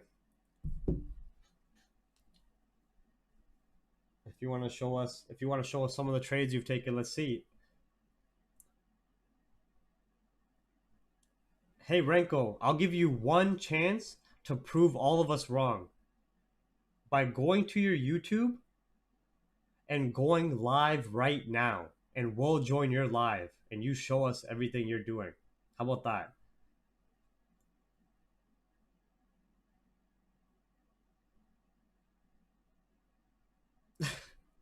You know what I mean? Logan, that's our normal process for the stream. These streams start early. We start 2:30 a.m., 1:30 to 2:30 a.m. And then we start bantering and ranting and roasting at like 5 a.m. That's what we always do. We all love it. Only pussies don't like the roasting and the ranting and shit like that because they're pussies. You know what I mean? Sorry to say. I'm sorry to say, a lot of you could learn a lot, but you will not be mentally strong enough to handle the markets. You're way too soft. I'm not affected. Can you guys please understand that this is my stream? I don't want to be positive. Why are you telling me how to act? I made my money during Asian. All right? I made my money during Asian. I gave my analysis on pairs for 2-3 hours. After that, I like to roast. I fucking like it. Think about like the Joker in the Dark Knight. Sometimes you need a villain. I like it. I like to roast. I like to interact with the trolls, with everybody. I like to argue. I like to joke around. I like to fucking like I don't want to be positive all the time. Being positive all the time is fake. That's not realistic. You're not nobody is happy 24/7. You know what I mean? You guys are so soft and like so emotional and so fucking like ugh ugh. Exactly. Mujahid gets it. Mujahid gets it. Like I don't know how you guys would ever handle a loss in trading. How you guys can't handle any of these little roasts. But how are you going to take a loss in trading when it slaps you? You're probably going to get extremely emotional. You're going to revenge trade. You're going to overtrade. You know what I mean? No, GU is not a sell right now. Yeah. So when I interact with a troll, when I interact with a hater, when I roast somebody, when somebody roasts me, it is not negatively affecting me. I sign off this stream, I go jerk off, I go to the gym, I make some nice breakfast, and that's it. I go about my day. I don't fucking, you know what I mean? I don't think about any of you after the stream. I don't think about any. I don't half your usernames. I don't remember. I only remember some of the main ones that show up every single stream.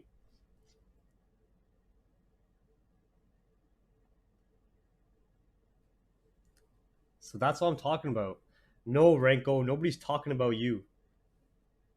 We're just talking about people who are very soft. We're just talking about people who are very soft mentally. I used to be that way. I used to be extremely soft, very emotional, and I used to blame everything around me, right?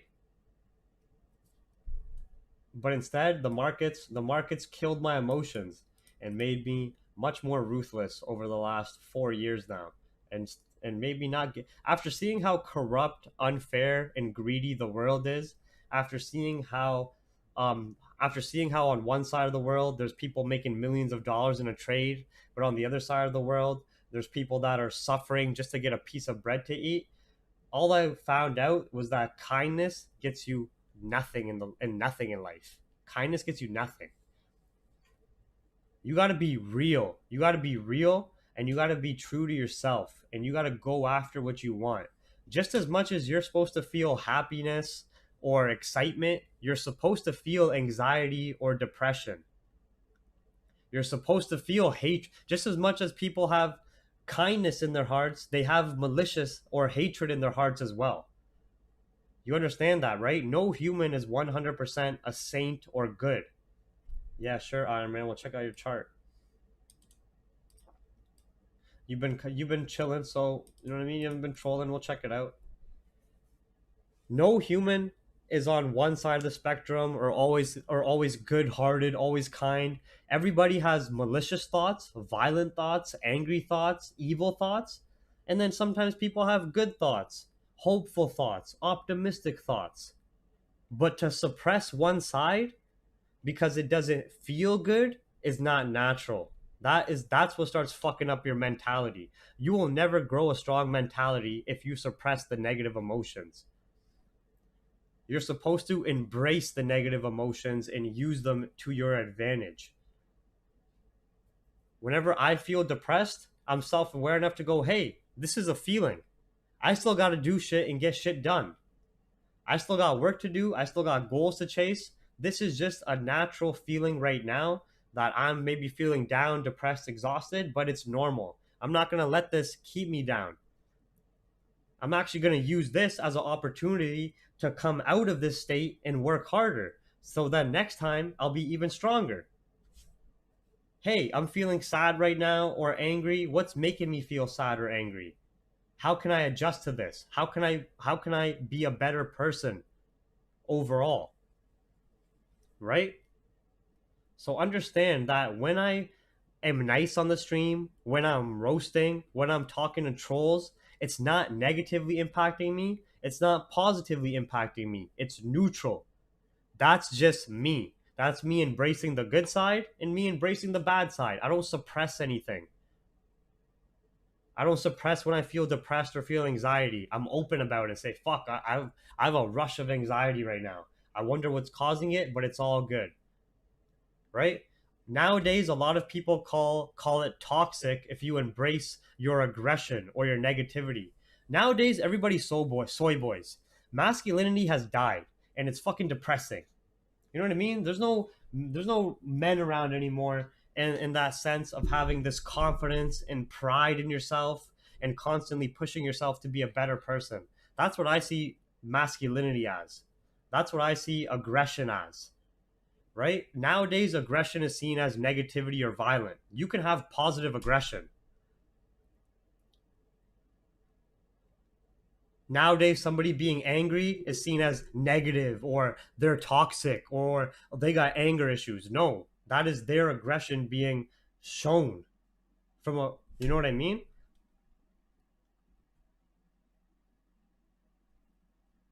So you have to understand that nowadays the world is going softer and softer. It's literally the snowflake generation and it's getting even worse and worse.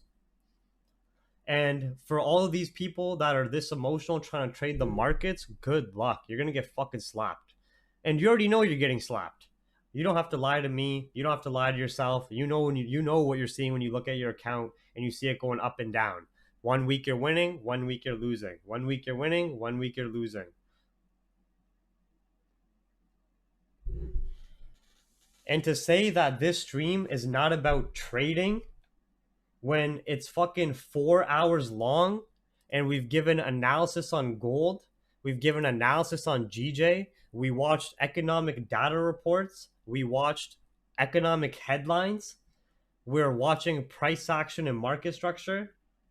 You got to be retarded. What do you think I'm going to be talking about? Just technicals? Do you think I'm a fucking robot? I think some of you don't understand how a human brain works.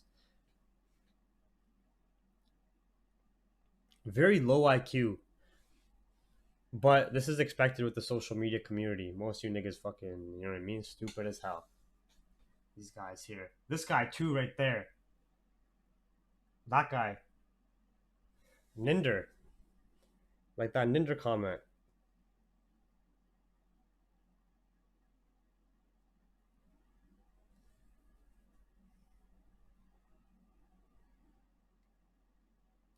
Nizen right there. Yeah.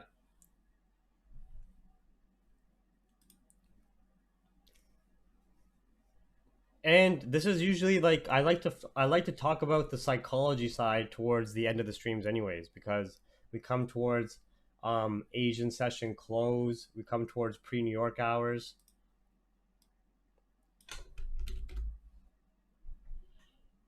The fuck is this, man? It's just an empty chart.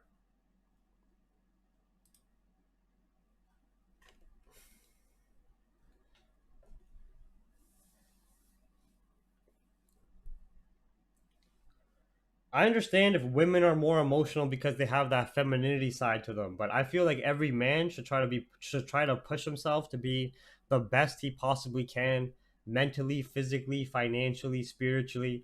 It doesn't mean you have to be a millionaire, it doesn't mean you have to be a billionaire. It just means pushing yourself to be better than the day or week or month before. I feel like every man has that innate natural instinct where they're going to feel a sense of accomplishment if they do that. So, in my opinion, if you're a man and you're constantly pushing yourself to be in physical better shape, you're constantly pushing yourself to increase your knowledge and learn more skill sets, you're constantly pushing yourself to increase your financial stability,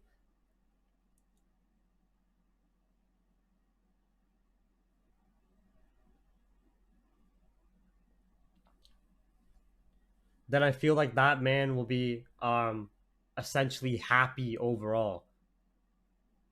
I feel like any man who is constantly pushing themselves to be better will be overall happier. But nowadays, those testosterone levels are going down the drain. Dudes are feminine as hell. Girls are making all these dudes feminine, but they still say they want these. They still say they want these tough, strong, confident men. Even though you have all these simps being created in the world, I feel sorry for new age guys. To be honest, I would have hated growing up in this recent generations. Yeah, to me, feminism's no different than like a religion or anything else. It's just a movement to benefit one party.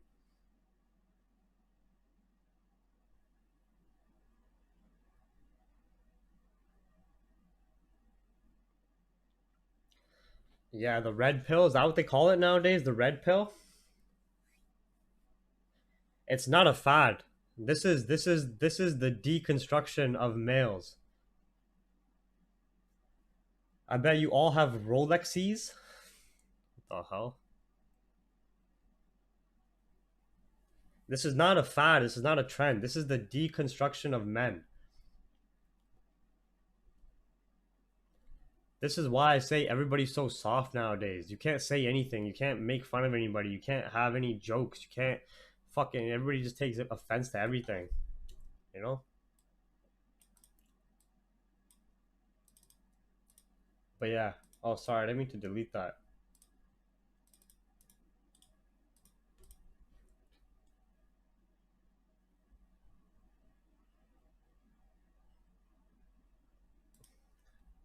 and everybody runs to and everybody runs towards a mental illness or an excuse, you know? Oh shit, it's 6 a.m. I gotta go, guys. 6:15. Holy shit! I gotta get going to the gym. That chart didn't work. All right, guys, everybody. I'll see you guys later. Sorry to start ranting and shit. I'll see you guys on Thursday. I gotta make a gym appointment here for 7. See you guys later. I'll see you guys on Thursday if you want. If you don't like the stream, if you don't like the roast, don't watch. But anyways, I'll see you guys later. Yeah, gold buys played out nice. The GJ scalps played out nice. We got to make some nice money today. GJ looks like it's going to have a breakout as well. Same with GU. Watch gold around 1737 area, 1739. Analysis played out really great if you caught the buys on gold. If you left any runners, it was more than 100 pips now, right? I got to go to the gym now. Then I'm going to sleep after that. I'll see you guys later.